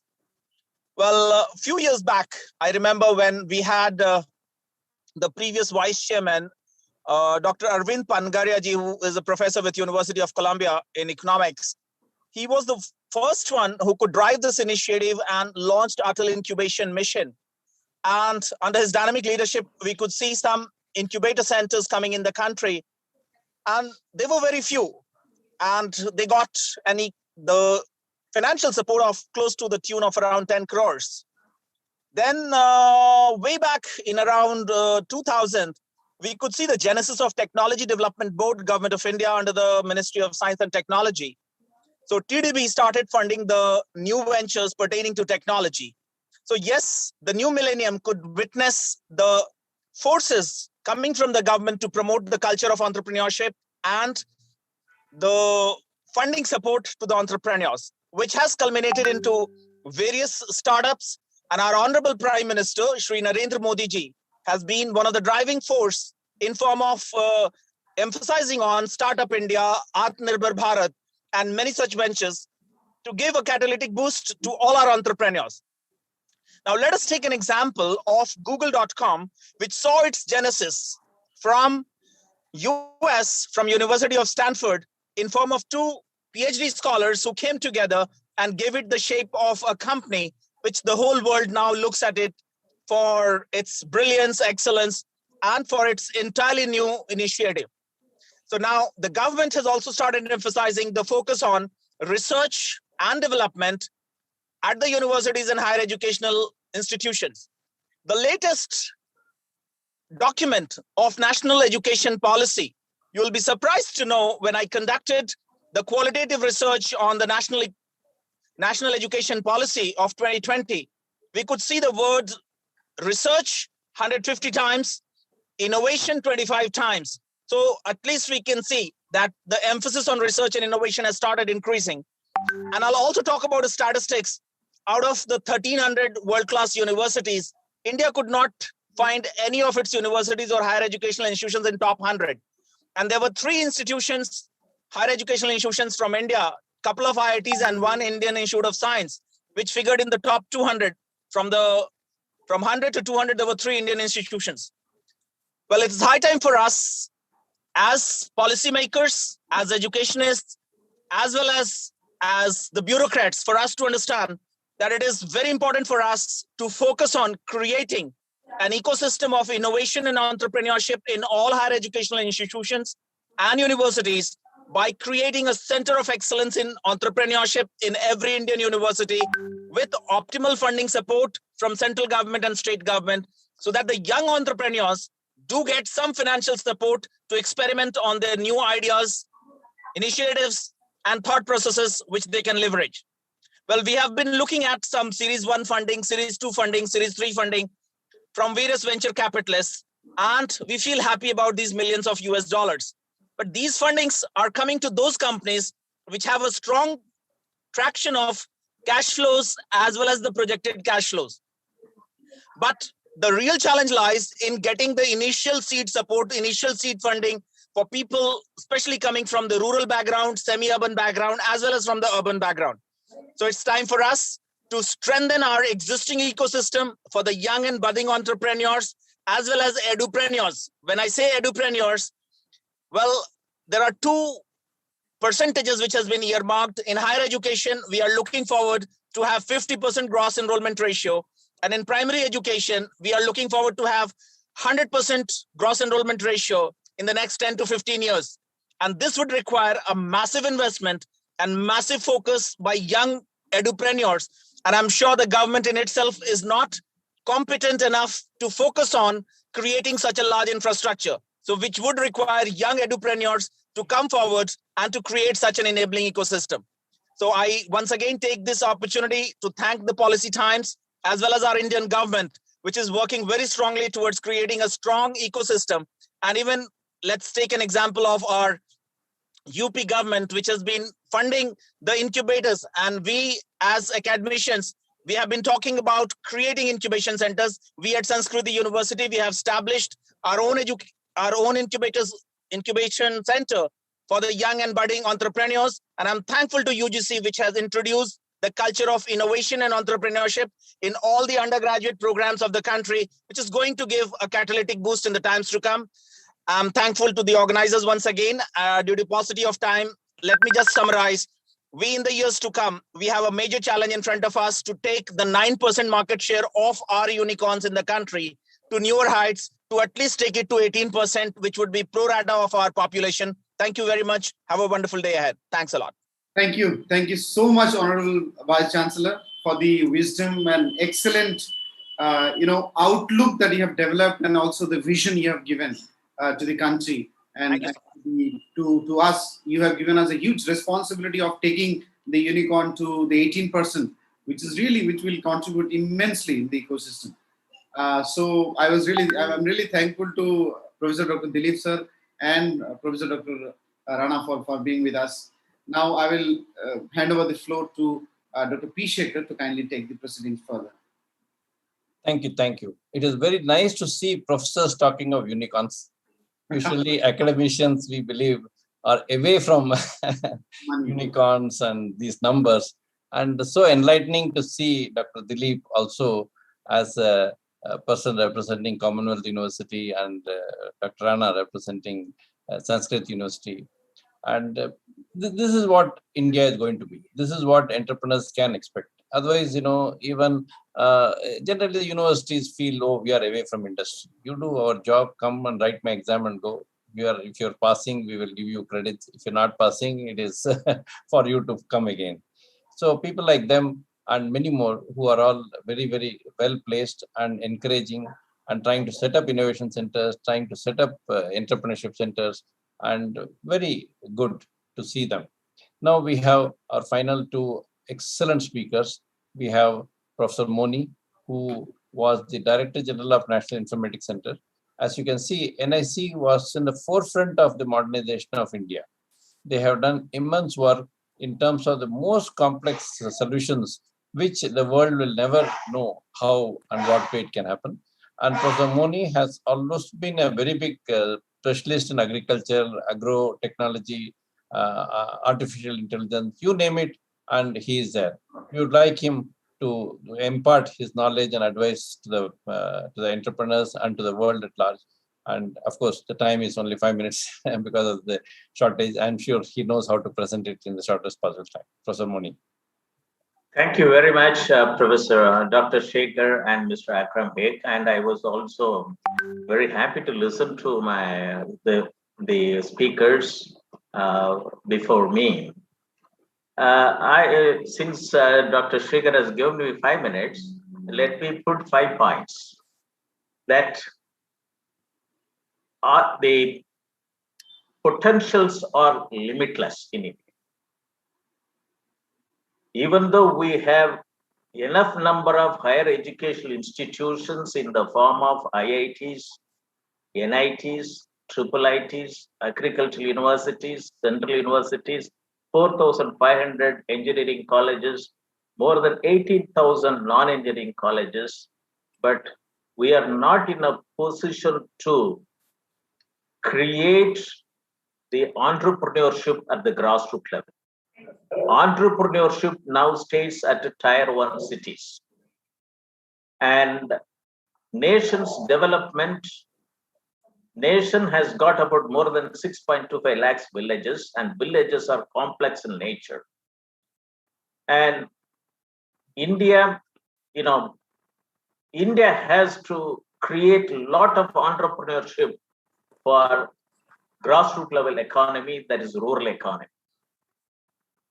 And this is where I said it that the potentials are limitless, and entrepreneurship based on natural resources available in every in villages have to come up. And there are about 145 operational holdings, and there can be 145 million operational holdings, and there can be 145 million entrepreneurs. We have 400 commodities, agriculture commodities we produce. We have more than 127 agroclimatic zones. India has got about 365 days sunshine, and you see that the agriculture system, it is on distress state. And even though we have 7,000 agricultural wholesale mandis, but none of the educational institutions have even generated MBA in agriculture marketing. Rather than they produce MBA in agribusiness management for the corporate sector. I'm not blaming. I was in government, and I will tell that my journey, because I'm very happy about that. A lot of journeys are being talked about it.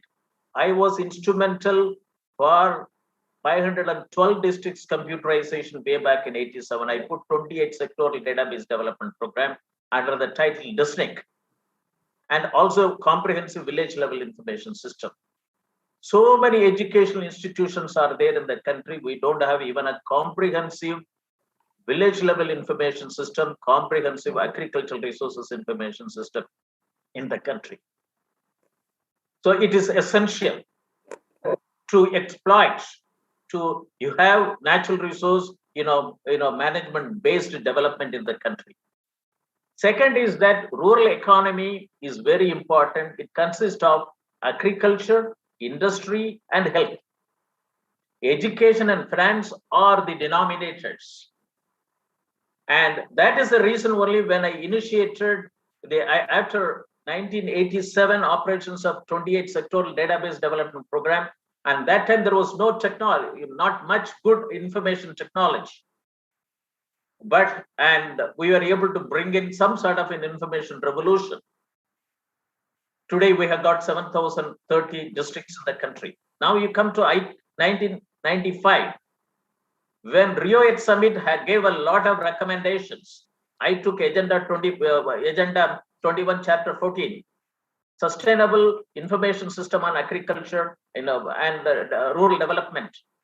Had a national conference on Informatics for Sustainable Agriculture Development in 95, which gave a blueprint for IT in agriculture even before the e-governance was being talked about by the government. Which gave 15 informatics development network for agricultural sector. And that made me to have a passion for working on agricultural informatics. So the thing is that that has been converted into an agricultural informatics discipline after my retirement in 2013 as a Director General in a Soviet Institute of Engineering. Dr. Rana Singh talked about the national education policy, that every educational institution has to have a center of excellence. But today, what government is doing it? Government doesn't recognize the center of excellence at the grassroots level institution. They recognize only public sector institutions, whether they produce results or not. That has to go away if India has to grow. Government has to recognize if they approve a higher education institution by UGC or All India Council of Technical Education, then the difference of public sector and private sector has to go away. Students are students, and students from rural area have to be given lot of opportunities. And the entrepreneurship doesnent even go down to the grassroots level. That's why I conducted 2 webinar series in every week during the COVID situation. I took up, the COVID situation, COVID-19 pandemic situation, I took an opportunity. Thursday, every week, I conduct a national webinar series on doubling farmers' income by 2022. I completed 41 editions. And then on Saturday, I conduct the international webinar series on open source digital technology towards self-reliant India, Atmanirbhar Bharat. That also completed 41 editions. This 82 editions has given a lot of problems identification for entrepreneurs to get into the rural area. This is one aspect. Second one is that in these topics, that I brought a lot of speakers, working in industries, working with entrepreneurs, mentors, and advisors. We don't have an appropriate policy to take this to facilitate startups. One startup in every Gram Panchayat India can have and facilitate 2.25 lakhs, startups, deep tech startups in at the Panchayat level, and which is nowhere, no government is talking about it. And this is a must for India's to, unicorns can, India can have a lot of potential for unicorns to develop in agriculture sector and the health sector and industries. In industries, we have 63 million small scale industries units.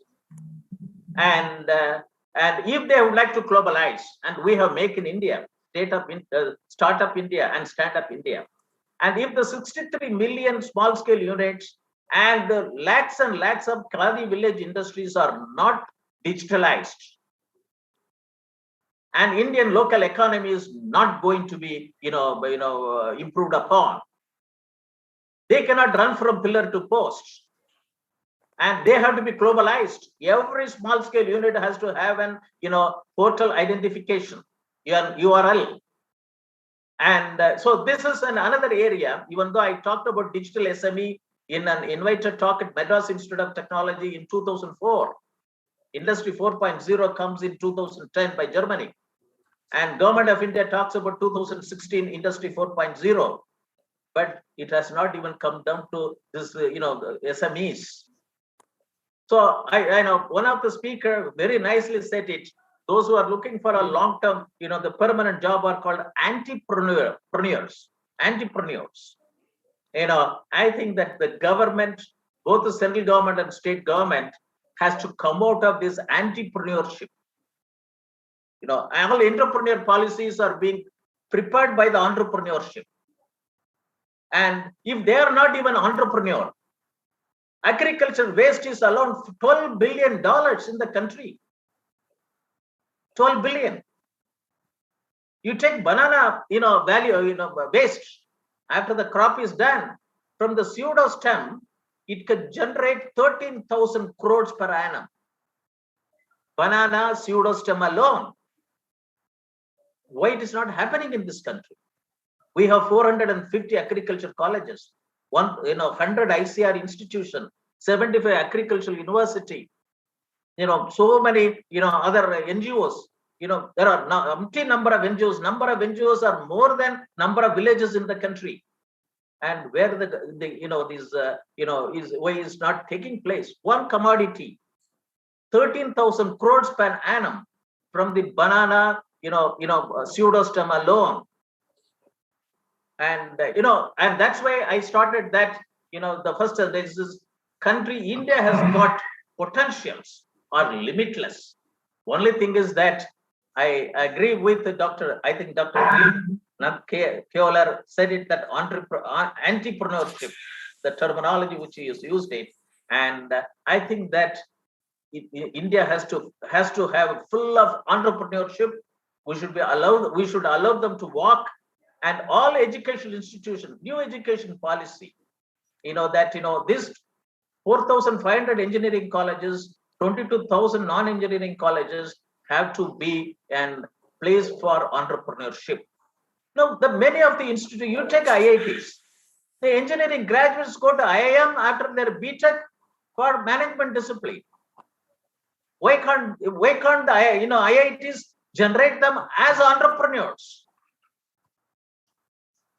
And on the other day, the former director AIMS was telling that AIMS spends about 10 crore for every candidate to become a good, doctor, MBBS, but they go abroad. So health data alone, health, we talk about human health, 85% of the disease we get from animal. And we have to see it is not a disease control, it is a health management. We have to look into human health, animal health, soil health, water health, and fish health. But each one is a vertical discipline. Health data which come out can be $1 trillion economy. We are not producing any health informatics professionals in the country. A lot of biology students, a lot of biotechnology students, they have to be injected as, have to be retrained as health informatics professionals with all the technology which has come out. So I would like to quote what Times of India in 2016, it has come out with in the title, in the editorial column, that digital India is dying. And it has become a slave of US economy, digital India. Unless the Indian economy Indian local economy is digitalized, like what China has done digital India will have a different problem. So I think that agriculture, health, and industry, small scale industries, are the hope for India's economic development, and a lot of potentials, and rural boys and girls has to be converted as entrepreneurs. And if this is not done, I think we have to find out why it is not happening, why the policy planners are not able to walk to the villages, why they stop up to the district level as a district administrator, and why it is not happening. And even if you see that, every district has got about an average of 2,000 crores per annum as an annual plan, where the money goes. And so it is the time has come that the entrepreneurs that who have got a permanent job in government has to walk down to the villages. It is not the last mile connectivity, it is the first mile connectivity. I don't know why even BharatNet has got a problem in reaching the villages. Once again, I would like to quote with this one that I was the chairman for 2 subcommittees of the Doubling Farmers' Income in 2022. That's volume 11 and volume 12B. And volume 12B is this chapter 7 and 10, 8, 9, 10. This, the chairman, Dr. Ashok Dalwai, the chairman of the committee, has put it as a volume 12B. And this talks about digital technology in agriculture. I come out with the 7 measurement programs based on my experience from 1987 onwards up to 2018. And 7 measurement project with the 3 farm acts which have been enacted during 2020. And the 7 measurement project can bring in 2.25 agri-tech deep startup to facilitate 14 crore farming community operational holdings as an entrepreneur. And this is my action point, even though some of the entrepreneurs have talked about 10 points and so on and so forth. I'm having only one action point, that is at the age of 68, that we have to establish 2.25 lakh agri-tech deep startups in the country to make agriculturists to do only farming, and rest of the things that these entrepreneurs will be in a position to take over. India can have umpteen number of unicorns, and the 12 billion agricultural waste which we generate can be a big amount for to be reinvested in agriculture development. Thank you very much for giving this opportunity, Dr. Sekhar and Mr. Akram. Okay. Thank you very much. Thank you, Professor. Now I'll quickly go to Mr. Ashish. Ashish has gotten excellent credentials. He has been something like a strategic advisor in India's largest group, Reliance. Now he is an entrepreneur. He's advising many people. He's highly a positive-minded man, trying to see good things coming throughout in whatever he says, whatever he does, and whatever way he wants India to grow. And I'm sure he would have something very nice to tell the entrepreneurs and others to follow. Ashish. Thank you, sir. I've been really very happy that you called me today and told me to come on this show, because I've listened to Professor Moni and I've listened to Professor Dilip Nandke Yolkar and Dr. Mr. Shrikant. See, I've been a strategic planner for Reliance, and I thought that I was pretty okay. I was good at my job. And after I started my own business, I realized that digital technology and the impact of it is. I'm specializing right now in digital transformations and things like that. And I've just realized that how much more can be done, and the immense change that is happening. Now, for the, I would like to, Professor Moni has spoken about what is happening in villages. Actually, I have noted down every point that he has said. I've made 3 pages of notes, and I will think very deeply about it, what he has said. We, Dr. Urjit Patel and me, we have worked on something called the Vivekananda Education Mega Project. And this is a project to create, to build 30,000 secondary schools across India. Now, India, not many people realize that we have got a shortage of almost 6 lakh secondary schools. And more than 150 million children have dropped out of schools because there were no schools to go to, no secondary schools to go to. So we have created this project, and I have, I talked to Urjit Patel, and I told him, I said, sir, I have created this project, and it will cost around 14.95 lakh crores to build.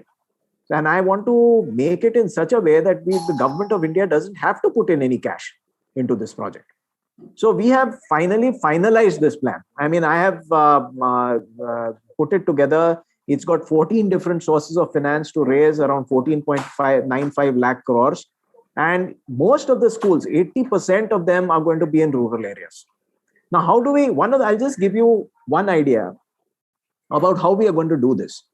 See, we've got around $600 billion in Forex reserves currently. So one of the financing options is to move 3% of these Forex reserves, that's $18 billion, into rural, to build rural schools. That's number one. The second thing is, I'll give you an example, the same thing that Dr. Sekhar talks about urban equity withdrawal. See, in 2015, L&T made a presentation to government of Maharashtra. And it was a very smart thing that the L&T had proposed. They had got this 93-acre plot in Bandra East. L&T said, we will spend 30,000 crores on it. We will sell it for 1,25,000 crores. And we will give the government of Maharashtra 70,000 crores in cash. Now, the design of this project is like a fast breeder nuclear reactor. It will produce more cash than it consumes.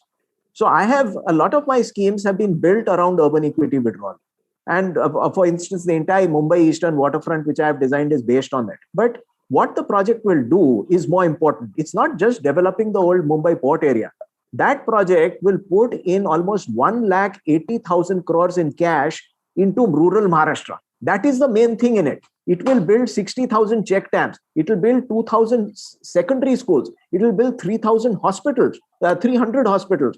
So that is the way I've been thinking. Now, what has happened is, a couple of years ago, I came up with a big defense project called the Defense Industrial Corridor.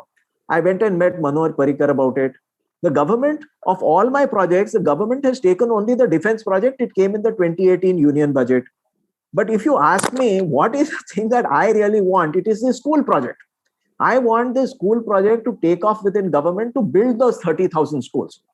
That is one thing. The second thing is, see, in India, we have got to take the teacher to the top of the hierarchy of society. Today, if you look at, I've made a detailed 78 slide presentation, and I'll share it with this group. I'll send it to everybody. Once, if you can give me your email IDs, I'll send the project out tonight itself. So, we need, so I have designed these schools as teacher-centric schools. They are going to provide the best possible facilities for teachers. The housing, the retirement benefits, excellent world-class housing will be provided to teachers in these schools. Another thing that we are going to do is each school is going to use very high amount of 5G telecom network to reach around 20 schools in its area. So we plan to cover 6 lakh locations across India with 5G telecom technology, which will be beamed from these 30,000 schools which we will set up. Okay, so this is the kind of, and I expect, and each school will build around a couple of acres of dense forest. So it will create, very large, amount of dense forest. Then it will change the architecture. I've used, Laurie Baker's architecture from Kerala in these schools. So I want to change me and Urjit have thought is we'll change the entire way our villages think about architecture. Why can't we have world-class architecture in our villages? So all these things go into that. I was going to actually speak about digital technology and how digital will, transform companies, but I have abandoned that subject after listening to Professor Moni and, Dr. Dilip. I have abandoned that thing. And I'm so happy that I have come to this, that I was invited on this show and, I've been able to share these ideas. That's all I want to say. I will send you the school project after this program. Thank you, Ashish. As usual, you are always short, crisp, and very effective in whatever you say, and which is true for all the speakers today. Now, to have a closing remark on this very important and very nice day, entrepreneurship is something where, like I said in the beginning, everybody need not be an entrepreneur. The effective person should be an entrepreneur, because each entrepreneur should feel like giving job to anywhere between 10 to 1,000 to more. Of course, the company which both Professor Moni and Ashish represented, they had given employment to maybe lakhs of people. So, but entrepreneur has their own challenges. Entrepreneurship has their own challenges. And the challenge being taken is such that the output has to come. Entrepreneur will not have a cakewalk. And at the same time, the glory of an entrepreneur is each success And again, the negative portion is how they take the success. Suppose many entrepreneurs are there after getting the first order. We always say that let us get the first crore. After the first crore, he just goes for a holiday in Switzerland, close the thing, and then he starts blaming the world. And this is not there, that is not there. It's not that he should not go to Switzerland, but he should divide. Most of the entrepreneurs have a problem of not spending much on business development, not spending much on, ensuring that whatever they are doing, whatever they want to do are this thing. Like Professor Moni said, so many opportunities are there. They are all actually entrepreneurs who should come forward and do. And, government cannot do. Government is not an entrepreneur. And entrepreneurs, when they see something which is a shortfall, like many of the speakers said, they have to understand they should not sell a product. They should see that the product seamlessly goes in and there is a person waiting to take it. And each of this has to be taken as an entrepreneurship zeal and as something which entrepreneur can do, entrepreneurs should do, and how they do. That is why this World Entrepreneurship Day, and how even this titling which Akram has very nicely done, to have leadership for the world. What do you mean by leadership for the world? With China making its own negative mark on the world. Otherwise, we were all good friends of China till 2 years back. And the whole world thought they were a good and nice people. They have dug their own grave. I'm sure next few days is going to be, China is going to grow. We are not saying that it has started its decline, but very shortly it is going to decline. The whole world is looking at India's growth, India's leadership, India as a knowledge capital, India as a technology, may not be a capital, I would say, as a technology driver, because there are other countries which are far above us in technology. And we are there to go become, like some people have officially predicted by the Western, that by about 2030 to 35, we will be #1 economy in the world, which is a very pleasant thing to hear. But is it a thing which will happen if we do not do what we are supposed to do? We are supposed to be a good entrepreneur, good enterprising people, well-meaning people. We will see what is good for us and what is good for the world. What is the difference between an Indian in other countries? There are 32 million Indians in other countries. They are welcomed commodities. At least major portion, at least 95 to 99% of the person, people are welcome. Whereas in any other countries, people are generally taken in its own, may not be in that way in which an Indian is welcome. And more Indians have to go as Indian ambassadors to the world. Entrepreneurs, to make it global, should ensure that even government should have a rule that every entrepreneur, they should have some company abroad, their own offices abroad, so that we address the global market. If you look at only the Indian market and be an entrepreneur, believe me, your chances of failure are very, very high. At the same time, spend the money in such a way that you spend majority of the money for Indian market, but have good money for having an export market.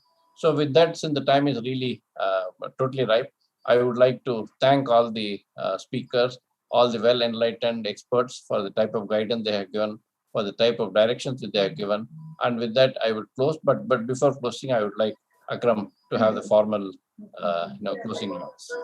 Thank you. Thank you so much, Dr. Sekhar, for organizing, in fact, braining one of the best programs on this Saturday weekend we can do on this very important day. I want to thank each of our entrepreneurs, startups who have been, standing with us, working together to contribute something positive, because all our entrepreneurs are really passionate about something for the nation. Because one of the points Shrikantji mentioned is your passion or contribution for the nation. I think that is a very important point, which is commonly connecting us all together. Then all our speakers, Ashish sir, Professor Moni, Professor Rana Singh sir, you are still there. You are spending to all our speakers. That shows the kind of passion you have for the country and for the subject. I also want to thank Professor Dr. Dilip sir, who is also here as co-chancellor of the Commonwealth University, sharing excellent views. I wish and hope all the very best for all our entrepreneurs and speakers with us. For our viewers who are watching us, yes, these programs might be a little boring for many common man, but these are the foundation for our nation, and these are the foundation of our growth. So let us, join hands and work together to give something very, very good for this nation. Thank you. Keep watching the policy. Akram, 1 second. I just want everybody's email ID.